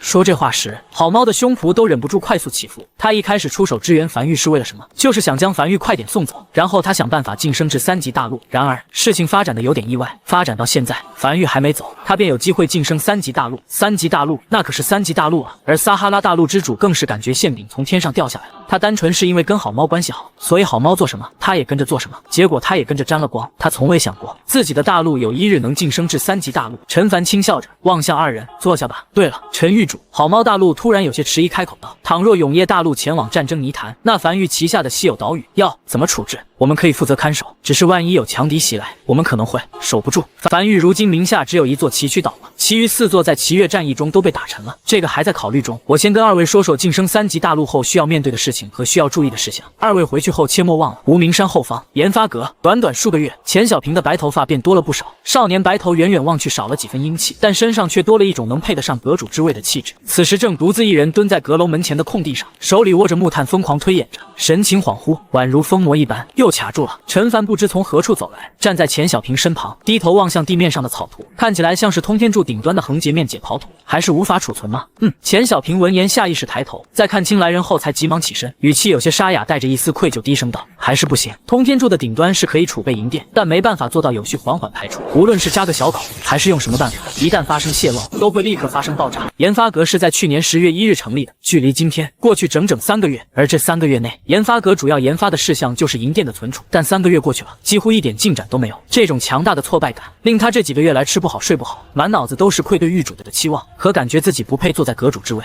陈凡轻点了下头，别灰心，慢慢来。他拍了拍钱小平的肩膀，示意其放松下来。这3个月，他没催过研发阁的进度，今天专门来一趟，其实是想跟研发阁提一提崎岖岛的事情。他想着以樊玉如今的实力，肯定研发不出来西西一西西这个建筑，但能不能弄个小巧版的，这样就可以给崎岖岛吊在高空中，最好能调回陨落天穹上空，这样他去战争泥潭征战也会更加安心。不然将崎岖岛放在这里，总会放心不下。现在看来，研发阁的进度比他想象的要更慢，这件事肯定是不行了，那就只能用另外一个方案了。在离去前，他再次揉了揉钱小平的脑袋，慢慢来。研发阁如今的目的主要是磨合，不着急出什么成果的。你的成就在未来，不在现在，不要逼自己，你要蓄势待发，知道吗？话音落下，10息过去了，20息过去了，乌鸦过去了。钱小平低头愣在原地，一句话没说，身体没有任何动作，也没有任何反应，像是作画了一般，完全无视了身旁的狱主。半晌后，陈凡摸了摸鼻子，有些婉尊的嘟囔了一句：“算了，那啥，反正你要注意身体，我先走了。”小平不搭理他，这还是樊玉第一个人不搭理他的人。这些搞研发的都这么硬气吗？也就是他开明，换个大陆之主过来，这肯定是要动怒的。在陈凡走了许久后，僵在原地的钱小平才瞳孔中闪过一丝金光，整个人身体不受控制的快速发抖，嘴唇瞬间泛白的急促颤声道：“我知道了，我知道了，狱主，就像你说的那样，必须要蓄势待发。银电不是普通能源，是给大型建筑功能的高级能源，不能像小溪一样缓缓流淌，必须得蓄势待发，大开大合。”他扫了眼四周，却发现狱主已经消失不见，脸颊上闪过一丝疑惑，但很快便将这丝疑惑抛之脑后，快速朝身后研发阁冲去，同时大吼道：“天书，申请一根储满银电的通天柱，不，申请一根储满银电的28级通天柱。”而在另一边，崎岖岛大批后勤阁成员聚在这里，空中满是非洲，这座岛屿已经很久没有这么热闹过了。陈凡也在这里，他在铺设玄天推进器，他有永夜领主面板，铺设玄天推进器要简单许多，无需钻入海底。正常来讲，玄天推进器都是铺设在岛屿边缘，用于提升推力的，而他这次则是铺设在岛屿正下方，同样是推力，但这个推力就不是横向提升推力了，而是准备升空了。他有2个方案，第一个方案是让研发阁弄个袖珍版的西西一西西，吊在2万公里的高空中给带走，现在看来不可能。别的不说，樊玉也压根没有2万公里的钢索，没这条件。那就另一个方案，将崎岖岛搬到永夜大陆上面。狱主陈九天从远处走来，手里拿着一个密密麻麻的草图。崎岖岛本身并不大，按照推力，约莫108个玄天推进器便可使其崎岖岛升空，但玄天推进器本身就很重，装满108个后，岛屿重量又会增加，所以我们需要一点辅助升力，大概600艘非洲就差不多了。陈凡低头望向陈九天手里递来的草纸，是的，他要将崎岖岛弄成一个浮空岛，打包带走。他是不可能在征战泥潭的过程中将崎岖岛放在这片海域的。好，他点了点头，望向远处正忙碌着的一众后勤阁成员。这个工程如果顺利完成的话，那对于樊玉来讲也是一个标志性工程了，而且是一个足以载入史册的工程。第一座浮空岛，而且狱主陈九天有些兴奋道：“倘若以后我们资源足够，还可以给整个永夜大陆下方都装满玄天推进器，弄个悬空大陆。如今肯定不行，永夜大陆太重了，但等升至4级大陆乃至5级大陆，玄天推进器等级更高，动力更强后，说不定就可以了。到时候那就天下虽大，但大可去之了。”陈凡站在崎岖岛的边缘，陈九天的说法倒也不是没有道理。虽然现有手段无法支撑这个概念，但很多事情都是先有概念，然后再慢慢想办法实现的。很快，崎岖岛已经全部改造完毕，并且这几日早已在玄天推进器的推动下，来到了永夜大陆附近，临近西荒岛。樊城大量百姓都从城内走了出来，3、5成群的聚在海边，望向距离仅有数百米的那岛屿。108台玄天推进器已经在崎岖岛底部部署完毕，而在空中，600艘非洲悬停在崎岖岛上空，每一艘底部都拖着比寻常钢索粗了3倍的缆绳，缆绳末端连着嵌入岛体边缘的钢环。就在这时，绝猴走至陈凡身旁，并将一个旗帜递给陈凡。陈凡接过，望向眼前这一幕，缓缓吸了一口气后，才猛地挥起3、2。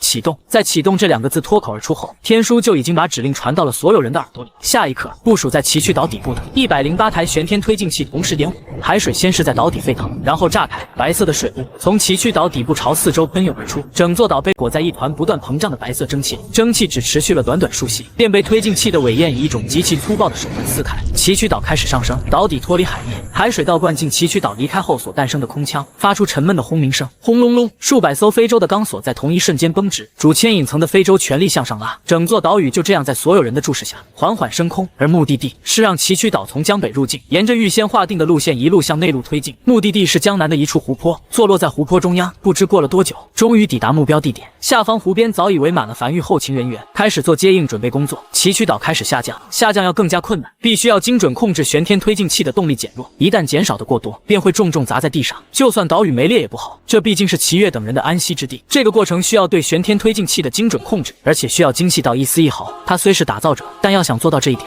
还是有些困难的。不过有天书旋天推进器这个建筑，天书可以接管全线的。天书把下降速度分为10个阶段，每下降一段就重新计算一次所有推进器的推力配比。600艘非洲也在实时调整，确保导体保持绝对水平。第一阶段推力减弱，陈凡手里的传音符响起天书那没有感情且冰冷的男声。陈凡站在湖边，眉头轻挑望向这一幕，他突然真的很谢谢天命。如果没有天书，樊玉的很多计划都不能执行得如此顺利。终于，崎岖岛以一种极慢的速度砸进眼前湖泊，湖水缓缓溅起，水雾遮天蔽日，站在较远处都能感觉到一股凉意袭来。待水雾散去，崎岖岛已稳稳当当地坐落在了江南湖泊正中央，看起来就像是本该在那里一般。崎岖岛上的木群完好无损。下一刻，一道掌声在岸边响起，紧接着更加密集的掌声在岸边响起，所有人都兴奋地鼓掌庆祝本次施工完美落幕。每一次不可能的工程，都会让所有人对樊玉的凝聚力更浓一丝。当一群人聚在一起，完成一件件不可能的任务时，凝聚力便会自然诞生。陈凡眼里带着笑意，拄着翡翠手杖望向眼前这一幕，挺好，这回去战争泥潭的时候就不担心崎岖岛的事情了，以后就安心住在这里就好了。然而，轰！就在这时，众人突然看见天边有一道巨大的蘑菇云升空了，那里是江北沙漠。所有人下意识僵在原地，紧接着几乎瞬间反应过来，有敌人袭来。所有人下意识有些茫然地望向陈凡。研发阁今日在江北沙漠阁有一项实验，调动了一根储满银电的28级通天柱，于刚才发生了爆炸，具体情况不明。钱小平阁主并未汇报具体情况，耳边响起了天书冰冷且不夹杂感情的声音。陈凡微微一愣，大步朝一旁传送阵走去。少爷，瘸猴急忙拉住陈凡。樊玉没有直通江北沙漠的传送阵，要做非洲。很快，一群人又浩浩荡荡的急促赶向江北沙漠。离去前，瘸猴有些面色复杂的回头看了眼崎岖岛。那钱小平要是死于这种爆炸，那别说崎岖岛了，天王老子来了都没用。不过幸好，几人来到沙漠后，发现并没有伤亡。陈凡望向满脸灰烬赶来的钱小平，在看见对方眼里的兴奋后，眉头轻挑，难道真搞出来了什么东西？玉主成功了！钱小平有些兴奋地从怀里掏出一张皱巴巴的图纸，深吸了一口气后，才继续道：我们一直以来的想法是在通天柱顶部戳一个小孔，使其储备的银电缓缓流淌出来，只是完全不可控，一旦戳破便会爆炸。原本已经完全卡在这里，但玉主你那句蓄势待发提醒了我，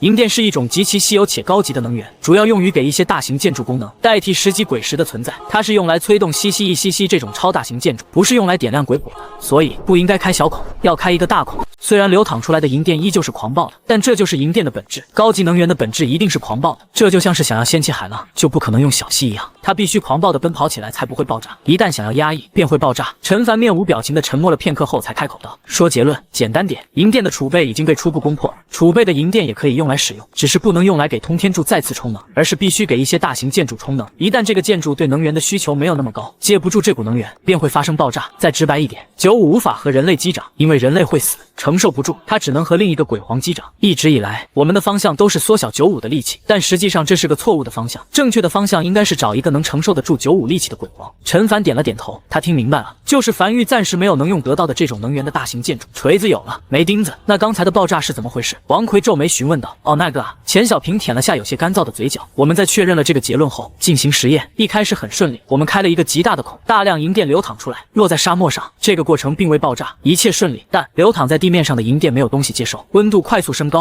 然后导致通天柱里尚未流淌出来的银电发生了爆炸。返程路上，瘸猴站在甲板上沉思了许久后，才迎着夜风皱眉道：少爷，我仔细捋了一捋，也就是说，研发阁成立3个月，仅仅是做到了在通天柱顶部开个大孔，而不是小孔。这件事对吗？那么多人力，那么多资源，3个月就换来了一个大孔。陈凡偏头望向瘸猴，随意道：你觉得没有意义？那倒不是。瘸猴挠了挠头。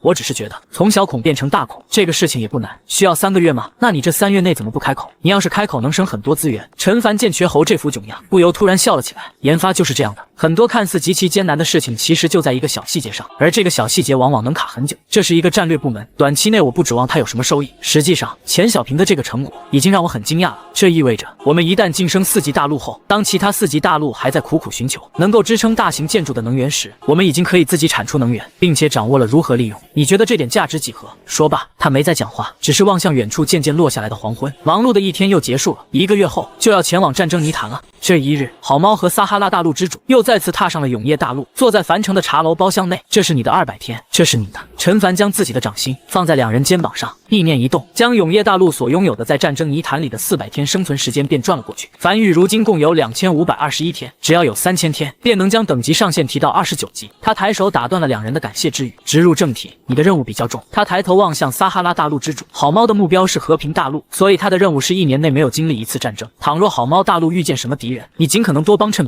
别让好猫大陆经历战争。而你的目标是后花园大陆，这个目标需要你3年内在大陆上拥有除鬼族外的种族数量大于等于20种。这个目标是极难完成的，只能说尽量，我也会帮你。但黑鬼大陆的鼹鼠族也是一种种族，所以你也需要保护黑鬼大陆。这3个任务内，后花园大陆应该是最难的了。这片海域只有2个种族，鼹鼠人类，想要凑够20个何其难。唯一能完成的方式就是永夜大陆在这3年内晋升至4级大陆，然后去了更广袤的世界，遇见更多种族。和诺亚方舟一般，一个种族带回来一个。明白。好猫和撒哈拉大陆之主重重点头，记下了樊玉所说的每一个字。樊玉基本上已经做到不能再做了，能做到这个份上，任谁来了都挑不出话来。行了，陈凡起身，这应该是我们短时间内最后一次见面了。希望下次见面的时候，我们都有好消息要告诉对方。祝2位顺利，也祝我顺利。一炷香后，陈凡通过传送阵来到永夜大陆某个极其不起眼的小乡村里。此时正值冬季，农闲时都在收拾准备过年了。陈凡就这样独自溜达到一处院落前，推门而入，旁若无人地走至院内石桌前，自顾自地坐下，给自己倒了一杯茶，完全无视了在院落里正边凉席的主人，轻笑道：“忙着呢。”院落里的老者点了点头。农闲时边点凉席，等夏天来了，能卖个好价钱。真不回来了。陈凡请抿了一口茶，说道：“参谋阁阁主职位一直给你留着呢。陈九天那小子最近可表现得越来越好了，你再不回来，你的阁主之位怕是保不住了。”陈九天万岁重复默念了一遍这个名字后，也不由笑了起来，脸上的皱褶堆在一起。这个曾经跟在他身后问东问西的小家伙，如今也能独当一面了。只是万岁脸上的笑意渐渐消散，低头沉默了许久后，才声音有些沙哑道：“战阁重建的怎么样了？”“还不错。”陈凡轻声道。“周末从崎岖岛回来了，在周末的带领下，战阁又恢复到往常人口数量，负责永夜大陆的内部城池安防，很多年轻小伙子看起来很有活力。而樊玉已是成员的家属，樊玉都已经全部安顿好了，没有人骂你，也没有恨你，你不用担心这个。我不是担心有人骂我。”万岁摇了摇头，沉默了许久后才开口了，停顿了片刻后又再次摇了摇头：“我已经很老了，身体大不如从前了。这1年来，我弟种的还算不错，要尝尝吗？去年我自己亲手种的米。不了，本月底，樊玉将会前往战争泥潭。本次战役决定樊玉能否晋升至4级大陆。你的任何选择我都尊重，但战役开始时，所有信息会同步你一份。如果你看出了什么，我希望你能像上次一样传音给我。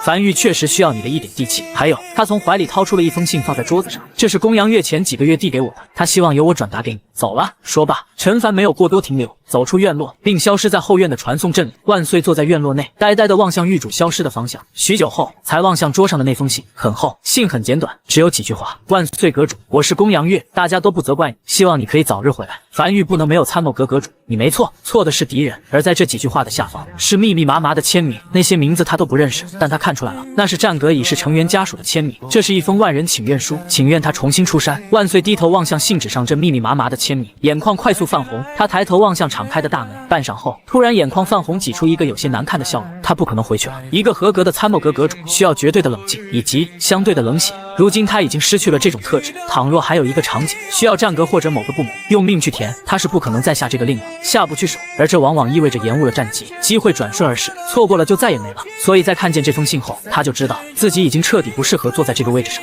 而与此同时，位于好猫大陆的一座城池人声鼎沸，附近大量人口赶来这座城池，有参加选拔的，但更多的是看热闹的。毕竟很多人对自己是什么情况还是知道的。这是樊玉为了吸纳更多人才主导的全海域人才选拔活动，只要选拔通过，还能加入樊玉，正式成为永夜大陆的一员。在城市之外临时搭建了一个场地，能来到这里的人都是已经经过一遍出筛的。钱小平正坐在高台上，按个询问每个前来选拔的百姓，思维散发性人才、管理型人才等等。很快，时间来到永夜新历05年1月28日，距离启程战争泥潭只有最后3日，而那场轰轰烈烈的全海域人才选拔也已正式结束。狱主江北防线上，王奎站在黄昏下被西晒照着发亮的城墙上汇报道：本次全海域人才选拔共收纳了7万03892人，这些人除研发阁的人选外，其余人选都被分配在各个私属，进行初阶段的集体培训以及对樊玉文化价值的认可等基础工作。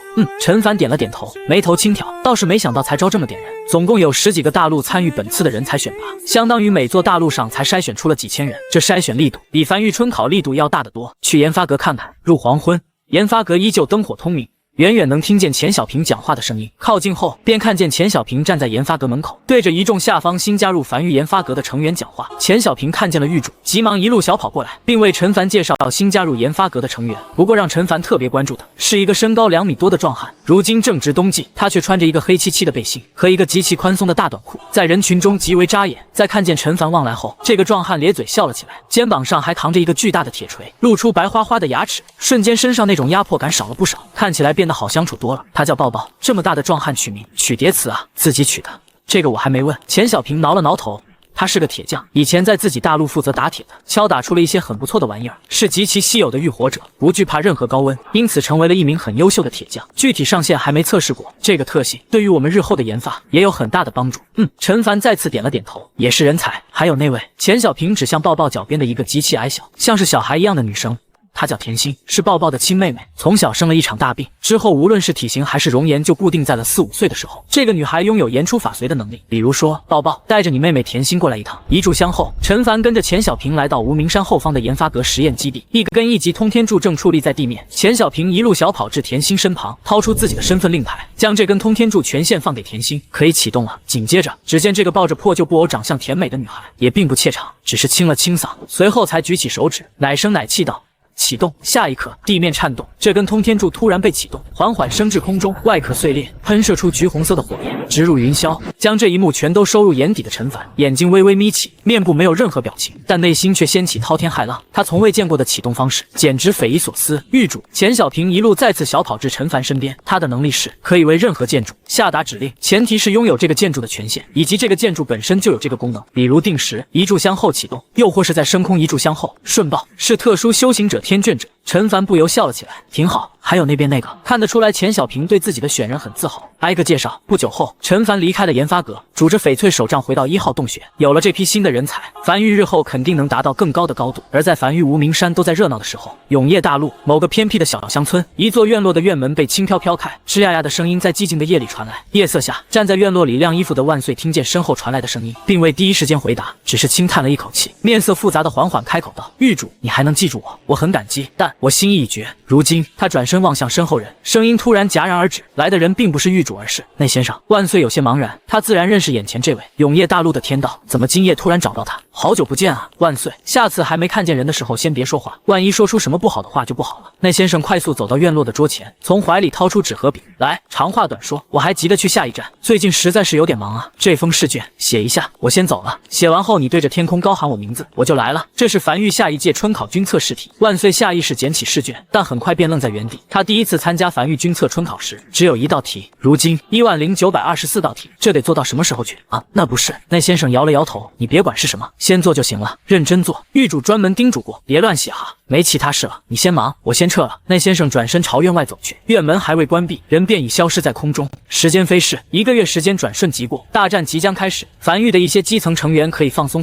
了，但部分岗位的人却完全不敢松懈，进行着最后的校准。陈凡独自一人来到了导弹储备基地，站在夜色下，面色平静地望向这批他储备了1年的通天柱，安静肃穆且冰冷。该启动了，希望诸位做好了来自凡域底蕴全清的疯狂时刻。只是在前往战争泥潭的最后几日，暗阁近乎所有成员都散在这片海域的所有大陆上，只为一件事情负责，那就是调查这次加入凡域的近8万成员的身世背景。不久后，一身素衣的少秋推门而入，抱拳行礼，沉声汇报道：凡域本次新收纳成员了73892人的身世背景全部调查完毕，其中研发阁所有成员背景均干净，暂无发现和战争泥潭那边的大陆有什么交集。但少秋停顿了一下后才继续道：剩下的人中有8个人和战争泥潭的大陆有交集。本次新招收的凡域成员一旦被录取，其家人都可一起进入永业大陆。但在调查过程中，我们发现有一些人其实是有家人的，但却以孤儿的身份加入凡域。而在这几日，他们的家人突然离开原住所前往新的城池，并且多了一笔数额较大的莫名鬼石。不过在进入永业大陆之前，每个人都贴身搜查过了，并未发现传音符之类可以和外界联系的手段。要秘密清除吗？陈凡眼皮缓缓合上，靠在椅背上面无表情的陷入了沉默，指关节无意识的在桌面上轻扣着。着，半晌后才轻声道：“不用，名单交给我，接下来我会让他们的负责人想办法给他们争取一些独处空间。你负责派人全天候暗中监视，找到他们和外界联系的方式。倘若他没发现这件事，那这个就是隐患；但既然他发现了，那这个就是后手。明白？”少秋点了点头，快速离去。在少秋走后，陈凡才睁开双眼，起身伸了个长长的懒腰。战争泥潭这些大陆手是伸得真长啊！他还以为过去1年大家都忘记他了呢，看起来好像还是盯他盯得很紧。第2日，永业大陆一侧的旋天推进器被齐齐点亮，下一刻，整座大陆开始在海面上缓缓移动，目标战争泥潭，而恶意大陆则是紧紧跟在永业大陆身侧，目标同样是战争泥潭。另外一边，战争泥潭纷争几乎从不停止，但今日核心区域迎来了久违的和平，而在最核心区域的一座小岛上，一场针对永业大陆的同盟会议正在展开。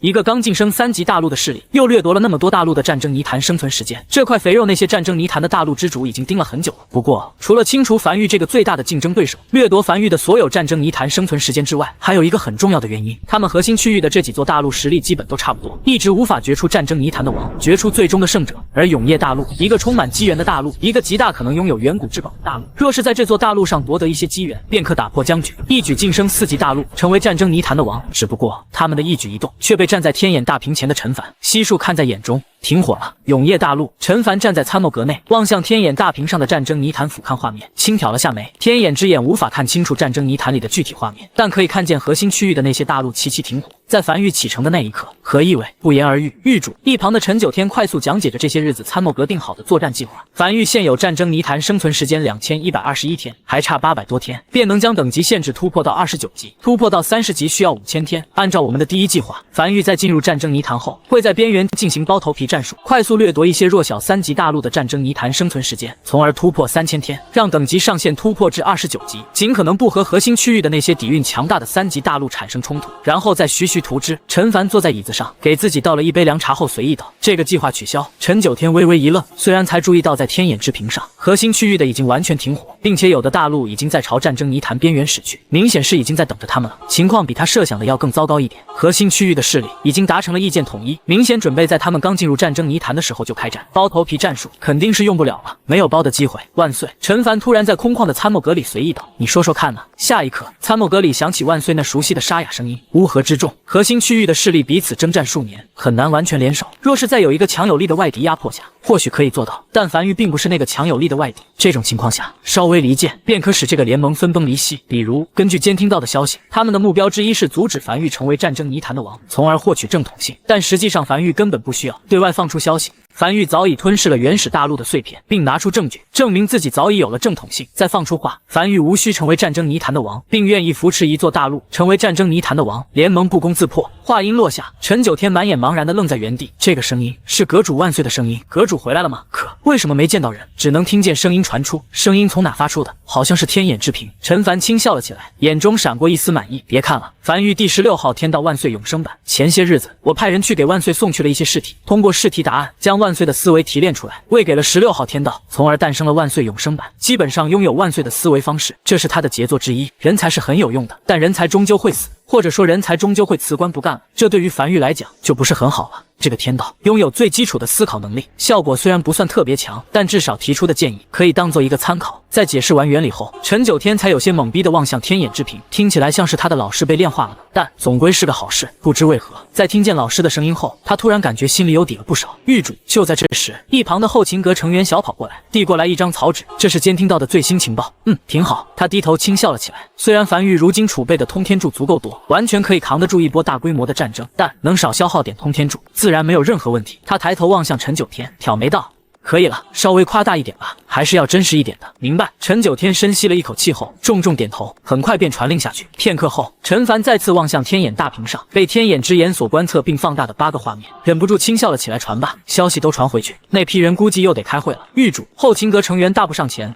我们监听到那个比特大陆的大陆之主又开始召集开会了。挺好，战争泥潭核心区域的一处岛屿，要成为战争泥潭的王很简单，谁能占据这座岛屿1年，并且在此期间这个岛屿及周边没有战争诞生，占据这个岛屿的势力便是战争泥潭的王。这期间哪怕有一根通天柱向这个岛屿袭来，也得重新计时。这些年里，这座岛屿不知抗了多少根通天柱的洗礼，但也只有密密麻的弹坑，岛屿并未碎裂，颇为结实。而此时刚散掉的一群人又回来了。诸位，比特大陆的大陆之主面色有些难看的率先开口道：“我在樊玉的案子告诉我，樊樊玉储备了30万亿枚鬼石，诸位对此有何看法？无人讲话，齐齐陷入沉默。30万亿枚鬼石，倘若樊玉真有这个数字，那不是他们对樊玉有什么看法，而是樊玉对他们有什么看法。在如此之大的鬼石底蕴碾压下，樊玉甚至不用任何战术，直接通天柱洗礼就行。战争泥潭里有一个算一个，没一个能扛得住。会不会是假消息？彼岸族的鬼王嗤笑道：“你们知道30万亿枚鬼石是什么概念吗？不出意外的话，战争泥潭所有大陆加起来的底蕴都没这个数吧？虽然战争泥潭经常会诞生黑渊，但大家彼此征战，又能剩下多少底蕴呢？有没有一种可能，你的案子被发现了，故意翻出来的假消息？没意义。”比特大陆的大陆之主皱眉道：“就算我的案子被发现了，难道樊玉觉得凭这个消息就能吓到我们？”哼，彼岸族的鬼王耸了耸肩，看起来确实吓到了，还吓得不轻。动脑子想想，从哪能搞这么多鬼石？天上掉下来的？我的案子说是击沉了一座远古鬼族大陆，从这座大陆上所获得的消息，我对远古鬼族大陆没什么了解，你们了解吗？下一刻，这个原本还在嗤笑的彼岸族鬼王突然沉默了，许久后才声音沙哑缓缓道：“我曾有幸见过一座远古鬼族大陆，其黑暗能量极其浓郁，确实会诞生大量黑渊，从而获得大量鬼石。但远古鬼族的实力极强，樊玉不可能为敌的，除非是刚重归还在沉睡的远古鬼族，处于最虚弱期。但远古鬼族大陆怎么会突然降临在永夜大陆附近？这不可能。远古鬼族大陆降临的地点都是……等等，被永夜大陆灭掉的那几座大陆是企业人大陆是吗？如果是企业人的话，他缓缓闭上眼睛，没再讲话。如果是这样的话，那确实有可能是真的。一直未开口，天赐大陆大陆之主缓缓开口道：“我们大陆有特殊的对外监测手段，在1年前，我监测到在永夜大陆附近有一座黑暗能量极其浓郁的大陆突然降临，那座大陆应该就是远古鬼族大陆了。而且我的案子告诉我，樊玉储备了近2000万根通天柱。”另一侧，一个老者也声音沙哑道：“我的案子也有消息传来，樊玉早就吸收了原始大陆的碎片，拥有了正统性，且大陆坚硬程度足够，本次进入战争泥潭，只差生存时间到5000天，便可晋升至4级大陆。”一时间，所有人都沉默了。30万亿枚鬼石，近2000万根通天柱，正统性，一个个消息砸下来，给他们砸得头晕眼花的。在众人沉默许久后，比特大陆的大陆之主，那个光头男人才有些不甘的咬牙，一字一句道：“我们的案子好像是都在今日内赚回的消息是吗？我们先按兵不动，不做任何反应。假设樊玉是发现了我们的案子，对外放出虚假消息，企图瞒过我们，先做观察。倘若进入战争泥潭后，樊玉一直在边缘，那便是漏气，我们便扑上去围攻。倘若是毫无畏惧的直接驶入核心区域，那我们再谈其他。”众人对视了一眼，齐齐点头，都默认了这个建议。参谋阁内，陈凡正低头望向后勤阁成员送上来的最新监听消息，在岛屿上的会议内容听不见，只能等这些大陆之主回到自己大陆，通过传音符将命令传达下去的时候，他才能判断大概讲了什么。狱主陈九天走到陈凡身旁，那按照接下来的计划，我们在进入战争泥潭之前，需要先告诉战争泥潭的一众势力，我们无意争夺战争泥潭王的位置吗？预计10日后，我们便会抵达战争泥潭。当然不。陈凡摇了摇头，挑眉道：“战争机器的任务都没完成呢，这是晋升4级大陆的首要任务。战争机器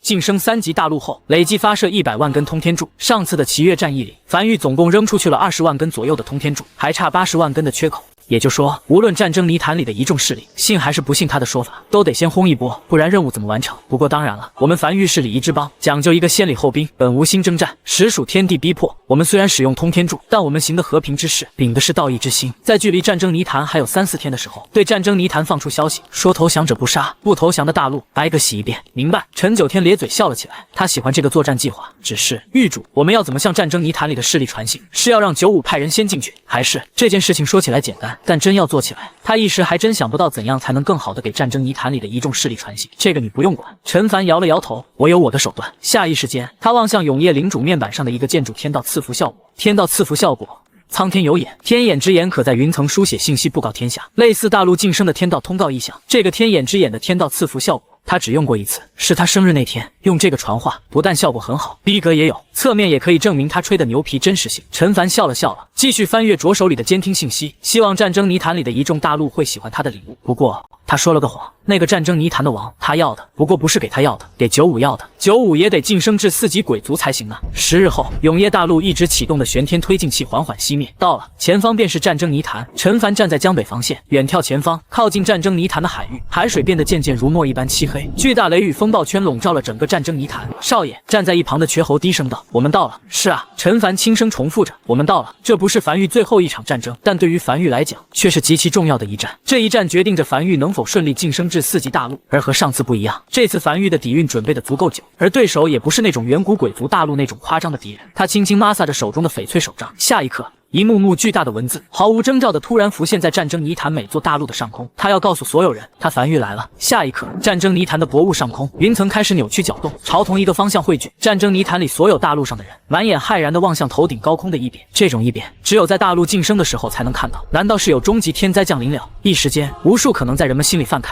但很快，云层开始翻涌，渐渐浮现出第一行字：梵玉成原始一则，立正统于天地，素以礼仪自持。在看见这行字的瞬间，有人皱起了眉头。梵玉是个势力的名字，没听过啊？这又是哪来的庞然巨物？为何能如此轻描淡写的在战争泥潭上空书写天道通道的存在？此前应该不是战争泥潭的势力才对。但岛屿上的一众人面色已经渐渐难看了起来，阴沉滴水。梵玉真的是一个从未去过战争泥潭的大陆吗？这种手段他们闻所未闻。紧接着，第二行字浮现出来：亲至泥潭，非为争雄，唯取生存时日，已经4级大陆。这句话出现的一瞬间，所有人明白了，想要晋升4级大陆，便需要正统性。而现在看来，梵玉应该是早已有了正统性，无心成为战争泥潭的王，只需要足够的战争泥潭生存时间即可。这事是好。岛屿上的一众人若有所思，这好像是在说不愿和他们为敌，希望和平相处，大家各玩各的。他们继续争夺王的位置，梵玉只想凑够时间。但很快，云层翻涌的下一行字推翻了这个猜想：现实者礼待而存，惧者兵临而亡。不是个玩个的，而是一起配合梵玉玩。不配合梵玉玩的，兵临而亡。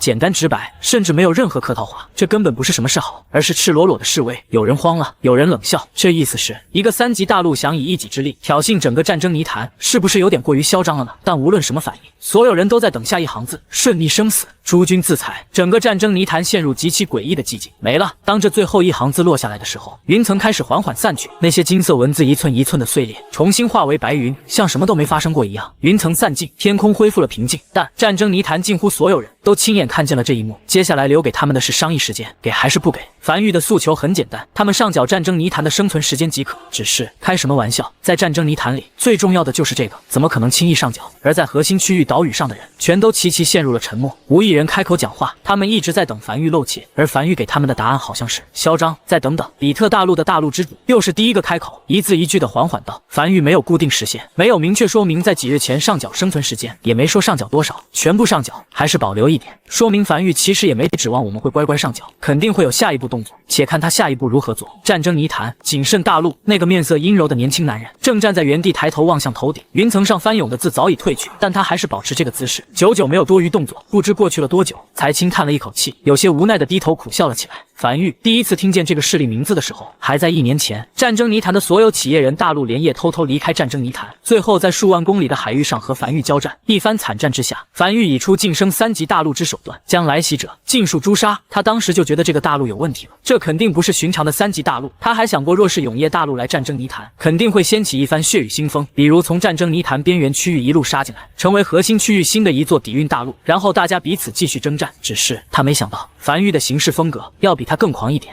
此处战争泥潭一直没出现一个能拥有绝对碾压其他势力、拥有绝对控场能力的势力，难道如今要有了？圣主，我们怎么行事？等他微微咬牙，他不可能如此轻易的交出生存时间，至少得让他看到一点什么。少爷，那我们接下来要开轰吗？不，陈凡摇了摇头，轻笑道：发酵一下，给他们一点反应时间。明日我们正式进入战争泥潭，再开启全覆盖打击模式。他抬头望向远处战争泥潭周围的雷雨风暴，在无人注意到的角落，他发射了一根1级通天柱，在即将进入战争泥潭的时候被风暴绞杀。通天柱无法从外界向战争泥潭进行打击，同理，内部的应该也不能对外界打击，这意味着他没办法在战争泥潭外围对战争泥潭内的所有大陆进行无差别覆盖打击。不过不打紧，进去打便可。原地休整1日，明日启程。一声令下，永业大陆开始原地休整，而他则是在绝侯的陪同下，单手背负在身后，远眺天边，眼里带着丝丝笑意。他已经开始期待4级大陆的日子了。自创建筑蓝图市场等一系列东西，那是一个崭新，一个完全不一样的世界。也不知道其他4级大陆都在做些什么，包括那个已经晋升至5级大陆的西西大陆。虽然未和这个大陆有过交集，但这个大陆留给他的阴影极大。他可不想让自己大陆在某一天突然被像抓娃娃一样抓走，必须变得更强，方能应对日后的一个个危机。永业大陆不起眼的某个乡村里，正坐在院落石桌前奋笔疾书的万岁，突然听见耳边有什么动静，下意识抬头，便看见那先生不知何时出现在他身后，身子前倾，低头望向他写的东西，还差最后一道。万岁匆匆说了一句后，才继续低头沾了沾笔墨，很快长松了一口气，有些略微疲惫的将手里一摞摞极其厚重的牛皮纸递了过去。都在这里了，内先生，你10日前让我撰写的12000道关于军策，以永业大陆的为主题的试题已经全部书写完毕。话说，我们真的要为今年的考生出这么复杂的题吗？没有。内先生快速扫了一遍所有试题后，才将这些牛皮纸再次放在万岁的石桌上。是，些试题你都答一遍，答细一点。狱主要。万岁低头沉默了许久后，才突然起身，要不我还是回去吧，我去找狱主，我不辞官了。他这话自然是气话，他不可能复官了，只是他觉得自己辞官后好像也没有轻松下来。如果你愿意回去参谋阁当阁主，那陈凡自然是会很开心的。我现在就去告诉他。不用。万岁急忙伸手拦住内先生，叹了口气后无奈道：“我瞎说的。”内先生见状不由笑了起来，从怀里又掏了一纸文书，这是陈凡对你的最新任命，由我转达。陈凡说是否接取任命完全看你，你任何时刻均可带着这份文书去樊狱报道。万岁低头望向文书上的内容，微微一愣。狱主准备将所有私塾集合在一起，成立一个教育部，邀请他担任教育部部长之位，享樊狱8级成员待遇，此后负责樊狱私塾教学事宜。狱主说，樊狱的私塾需要一个正规统一的管理，这个位置需要一个有足够履历、足够才华、足够资历的人去做，他万岁当仁不让。万岁低头望向手里的文书，面色复杂的沉默了许久。狱主太了解他了，他不可能回参谋阁，在乡间种田的生活虽然轻松，但他并不适应。这些日子的不断答题出题，反而倒是让他找到了一丝久违的感觉。他想回樊狱，但樊狱没有合适他的位置。替我转告狱主，我会去的，我定不会辜负他的期望。好，内先生笑着摆了摆手，随时可以去，先答题，答完题叫我。随后才再次消失在原地。时间缓缓流逝。第2日，永业大陆的尾端沉寂了1日的玄天推进器再次点亮，宛如庞然巨物的永业大陆就这样缓缓钻入风暴区，一头扎进战争泥潭。数千道橘红色的火柱从大陆四周的海面下喷涌而出，永业大陆以巡航速度切入战争泥潭的风暴圈。风暴圈边缘的狂风和雷暴打在永业防线的城墙上，大陆没有丝毫晃动。经过原始大陆碎片、大陆异化2次黑暗科技以及暗地脉根和数座大陆本源的层层加固，永业大陆的坚硬程度早已超出了战争泥潭边缘风暴所能撼动的层级。很快，永业大陆便已正式来到战争泥潭这片3级大陆混战的区域。穿过风暴圈的那一刻，所有人都看见了战争泥潭的真面目。陈凡站在江北防线上远眺天边，视野尽头看不见一座大陆的影子。那就开始吧。他拄着翡翠手杖，站在城墙上轻声道：“大屏上，战争泥潭的海域图正在被天书一点一点的精确补全。那些薄雾对天眼之眼的干扰确实存在，但在樊玉进入战争泥潭后，这些干扰正在快速消失。很快便锁定了11个主要目标的精确坐标。这11座大陆分布在战争泥潭的核心区域，彼此之间的距离从数十里到数百里不等，正好形成一个松散的环形。这是在岛屿上开会的11座大陆，也是本次覆盖性打击的主要轰炸目标。第一轮瞄准77座3级大陆，进行全体覆盖性无差别打击，每座大陆投入1000根普通通天柱，其中夹杂着数根战略级通天柱。战略级通天柱的爆点选在一些开阔无人区域。陈九天望向天眼之屏的画面开始快速下来。本轮打击主要以威慑为主，要告诉所有大陆，樊玉能轻而易举地突破他们的火力防空系统，不以杀伤为主要目标，以防彻底劫越，并时刻观察。若是紧紧的拦截，并未其他反应，便从打击目标中剔除；若是反击，便开始10倍资源重点打击。战略通天柱的落点将会是重要位置。第二轮核心区域的所有底蕴大陆，其中11座参与会议的底蕴大陆进行重点打击，剩余底蕴大陆进行普通打击。陈九天继续不断下令，而每一道命令落下，就有一批批通天柱开始升空。刹那间，无数根通天柱所爆发出极其密集的尾焰，将基地上方的天空撕成了碎片。这些通天柱以完全一致的轨迹升入高空，在空中完成转向，然后朝战争泥潭深处激射而去。全体注意，第3轮打击开始，第1轮还手的坐标及第2轮还手坐标进行无差别覆盖打击。陈九天的声音再次响起，极其冰冷。话音落下，导弹储备基地里数以万计的通天柱同时亮起了充能完毕的纹路，那些纹路从顶端往下蔓延，很快整片基地变得像一座正在燃烧的城市。然后他们开始升空。核心区域仅剩大陆上，一个年轻阴柔男人正在原地焦急踱步。他已收到消息，樊玉已经正式进入战争泥潭，但除此之外好像没有什么反应。他在想要不要先限点生存时间过去，但这样会不会显得他太怂，有点丢人啊。圣主，他的心腹跑到男人面前快速汇报，目前为止樊玉还没有任何动静。这个阴柔男人闻言稍微安心了一点，有些不确定道：难道樊玉正如他所说的是个礼仪之邦，不会轻易造成杀戮，以德服人？如果真是礼仪之邦，话音未落，一道道巨大的爆炸声在谨慎大陆上空不断响起。与此同时，旁边的屏幕上也快速浮现出阵阵警告。樊玉发射了数千根能量等级为1级的普通通天柱，目标是我方本土。警告！警告！能量等级检测疑似有，正在高代价拦截。那一道道邦的声音，正是谨慎大陆的拦截成功所爆炸的声音。男人微微一愣，忍不住疯狂的怒骂了起来：疯了！提前预警了，都他妈拦截成功了，你才是警！但很快他才想起来，自己完全屏蔽了1级通天柱的示警和画面显示。他快速冲到一旁的屏幕上，重新开启1级通天柱的画面显示。下一刻，原本没有任何动静的地看起来极其平静的战争泥潭的俯瞰画面，突然被无数猩红线条所覆盖，一道道猩红线条宛如鱼群般从边缘地区升空，呈扇形笼罩了整个战争泥潭。樊玉正在对战争泥潭所有大陆进行覆盖性无差别打击。虽然显示的是1级通天柱，但拦截所爆发出的威力，明显说明其中夹杂着不少战略级通天柱。这些战略级通天柱的能量等级被掩藏了。谨慎大陆的大陆之主几乎瞬间面色煞白，使得自己看起来变得更加阴柔，声音都在发颤。是这么个礼仪之邦啊！早说你这么棒，我早就懂礼仪了。谨慎大陆的大陆之主面色难看地望向天机屏上的画面，他此前都默认屏蔽了1级通天柱的预警和显示，毕竟没有意义。1级通天柱预警他干什么？这就导致他第一时间甚至没收到预警消息，等帮到自己头上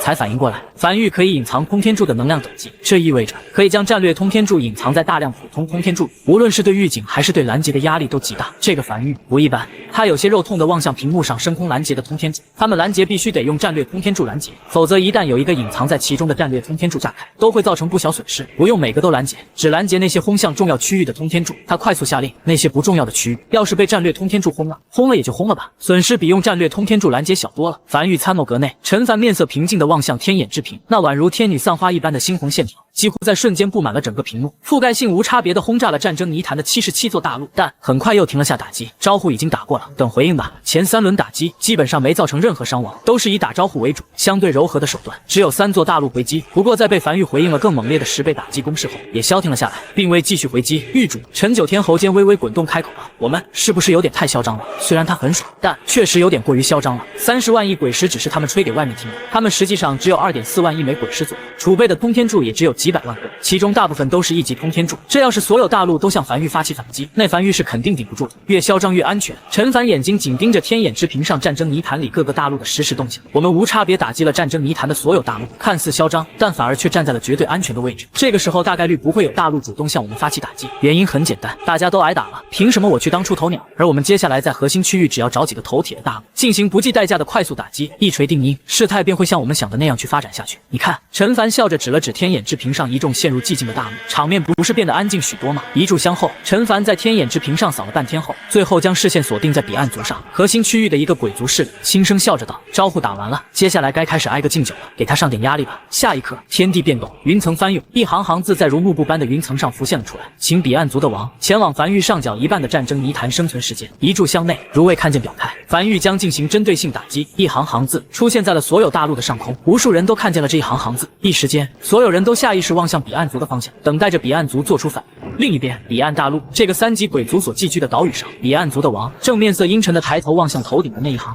欺人太甚，欺人太甚。这樊玉压根不把他当一回事，但他开始快速联系核心区域的其他大陆，联系前不久还和他们一起在岛屿上商议讨伐樊玉的大陆之主，只是无人回应。眨眼间，一炷香过去了，既然樊玉要打，那就打。恼羞成怒的彼岸族的王大手一挥，全军听令。然而就在这时，他突然感应到了什么，猛地偏头望向远处，只见密密麻麻的通天柱近乎入海高空，无数道炽热白光正在飞速划破天际，如漫天流星般朝他砸来。荆棘鬼上前，他面色瞬间煞白的下令，鬼巢位于岸边的无数荆棘鬼开始酝酿准备起来。只是他所储备的荆棘鬼数量，在如此之多的通天柱面前，显得如此可怜。一时间，30多万根通天柱将整个彼岸大陆都包裹了进去，如不要钱般的疯狂砸下去，近乎给彼岸大陆夷为平地。一炷香后，世界变得安静了下来。但战争泥潭的所有大陆之主在同一时间陷入了极其死寂的沉默。彼岸族这个位于战争泥潭核心区域3级鬼族没了，像是一只蚂蚁一样被轻松掐死。而对此最骇然的还是核心区域的其他3级底蕴大陆，这意味着樊玉要是想灭他们，也是如此轻松。别抖，别抖！谨慎大陆上站在会议室里的年轻阴柔男人，此时正不断敲向自己那疯狂发抖的大腿，声音控制不住的发颤。问题不大，问题不大，投了就行，打不了一点，这根本没法打，完全不是一个级别的。看来樊玉的那些消息大概率是真的，如果没有30万亿枚鬼石的储备，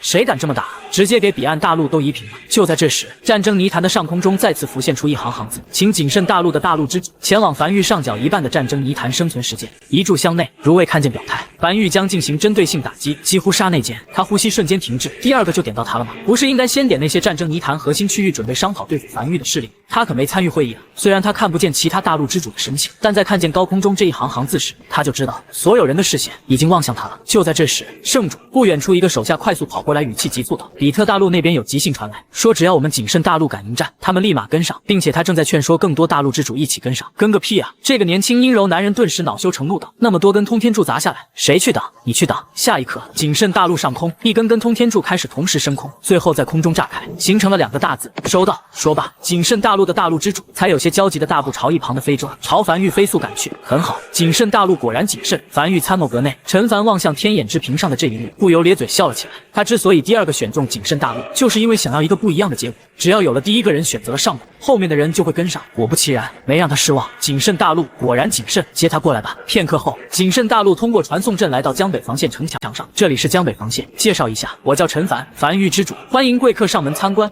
这个年轻阴柔的男人深吸了一口气，余光下意识扫过远处荒原上那密密麻麻的通天柱，才尽可能让自己心情平复下来。在下李开心，谨慎大陆的大陆之主。那个，我现在转你也行。陈凡不由笑了起来，将手臂伸了过去。战争泥潭的生存时间可以自由转出，方式也很简单，2座大陆的大陆之主肢体接触，且彼此心里都认可同意这笔交易，便可在天地见证下完成转出。下一刻到账了，永夜领主面板上弹出一条信息：丁，你收到来自谨慎大陆无偿赠予的1209天战争泥潭生存时间。在看见这条消息的瞬间，陈凡咧嘴笑了起来，甚至有些笑得合不拢嘴。战争泥潭核心实力果然不愧是底蕴3级大陆，有点东西。樊玉原本拥有2121天，在收到这笔转账后，直接来到3330天，也就是说等级上限在这一刻就突破了28级，来到29级，距离5000天就差一点点了。只要再凑够这点，他就是直接晋升4级大陆。届时就算这群人围起来打他也不惧，真的是一半。这个面色阴柔的李开心，生怕樊玉不相信一样，你可以去我大陆看看。中控建筑上显示的不可作假的数字，不用。陈凡笑着拍了拍李开心的肩膀，我信你，看见你第一眼我就觉得我们投缘。李开心点了点头，随后才松了一口气。接下来就是下一个目标了，不能给这些大陆太多反应的时间。下个目标，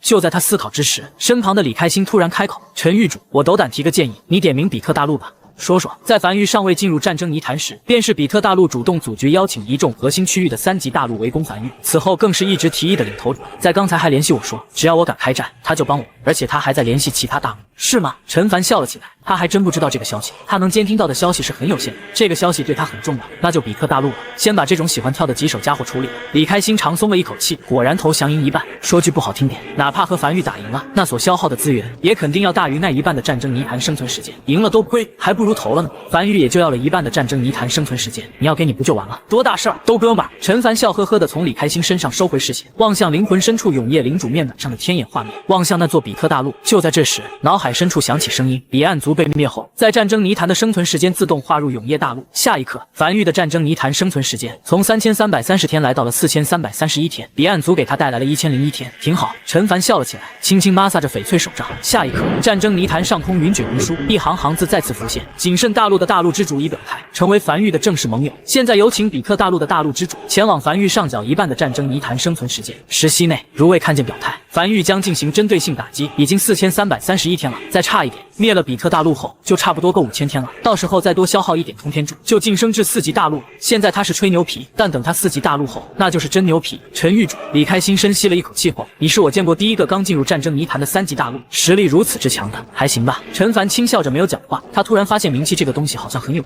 数的引人的名。倘若没有齐越战役和向阳战役这2场战役，彻底在这片海域打响樊玉的名声，他刚进入战争泥潭的时候，也不会凭借简简单单的覆盖性打击就震慑住所有大陆。好了，时息到了。陈凡摆了摆手，对着传音符随意道：可以开火了。超规格火力打击，别给对方反抗的机会。时息，李开心微微一愣，随后再次抬头望向头顶那一行行字，这才发现这次的宣战书上留给比特大陆的时间并不是前2次的遗嘱项，而是时息，这是压根没打算给表态的机会。比特大陆知道这个事儿吗？他觉得可能不知道。比特大陆那个光头男人正面色阴晴不定地站在会议室，他不知道情况为什么会这样发展。明明是围攻之局，大家一起围攻樊玉，但怎么发展成让樊玉挨个点？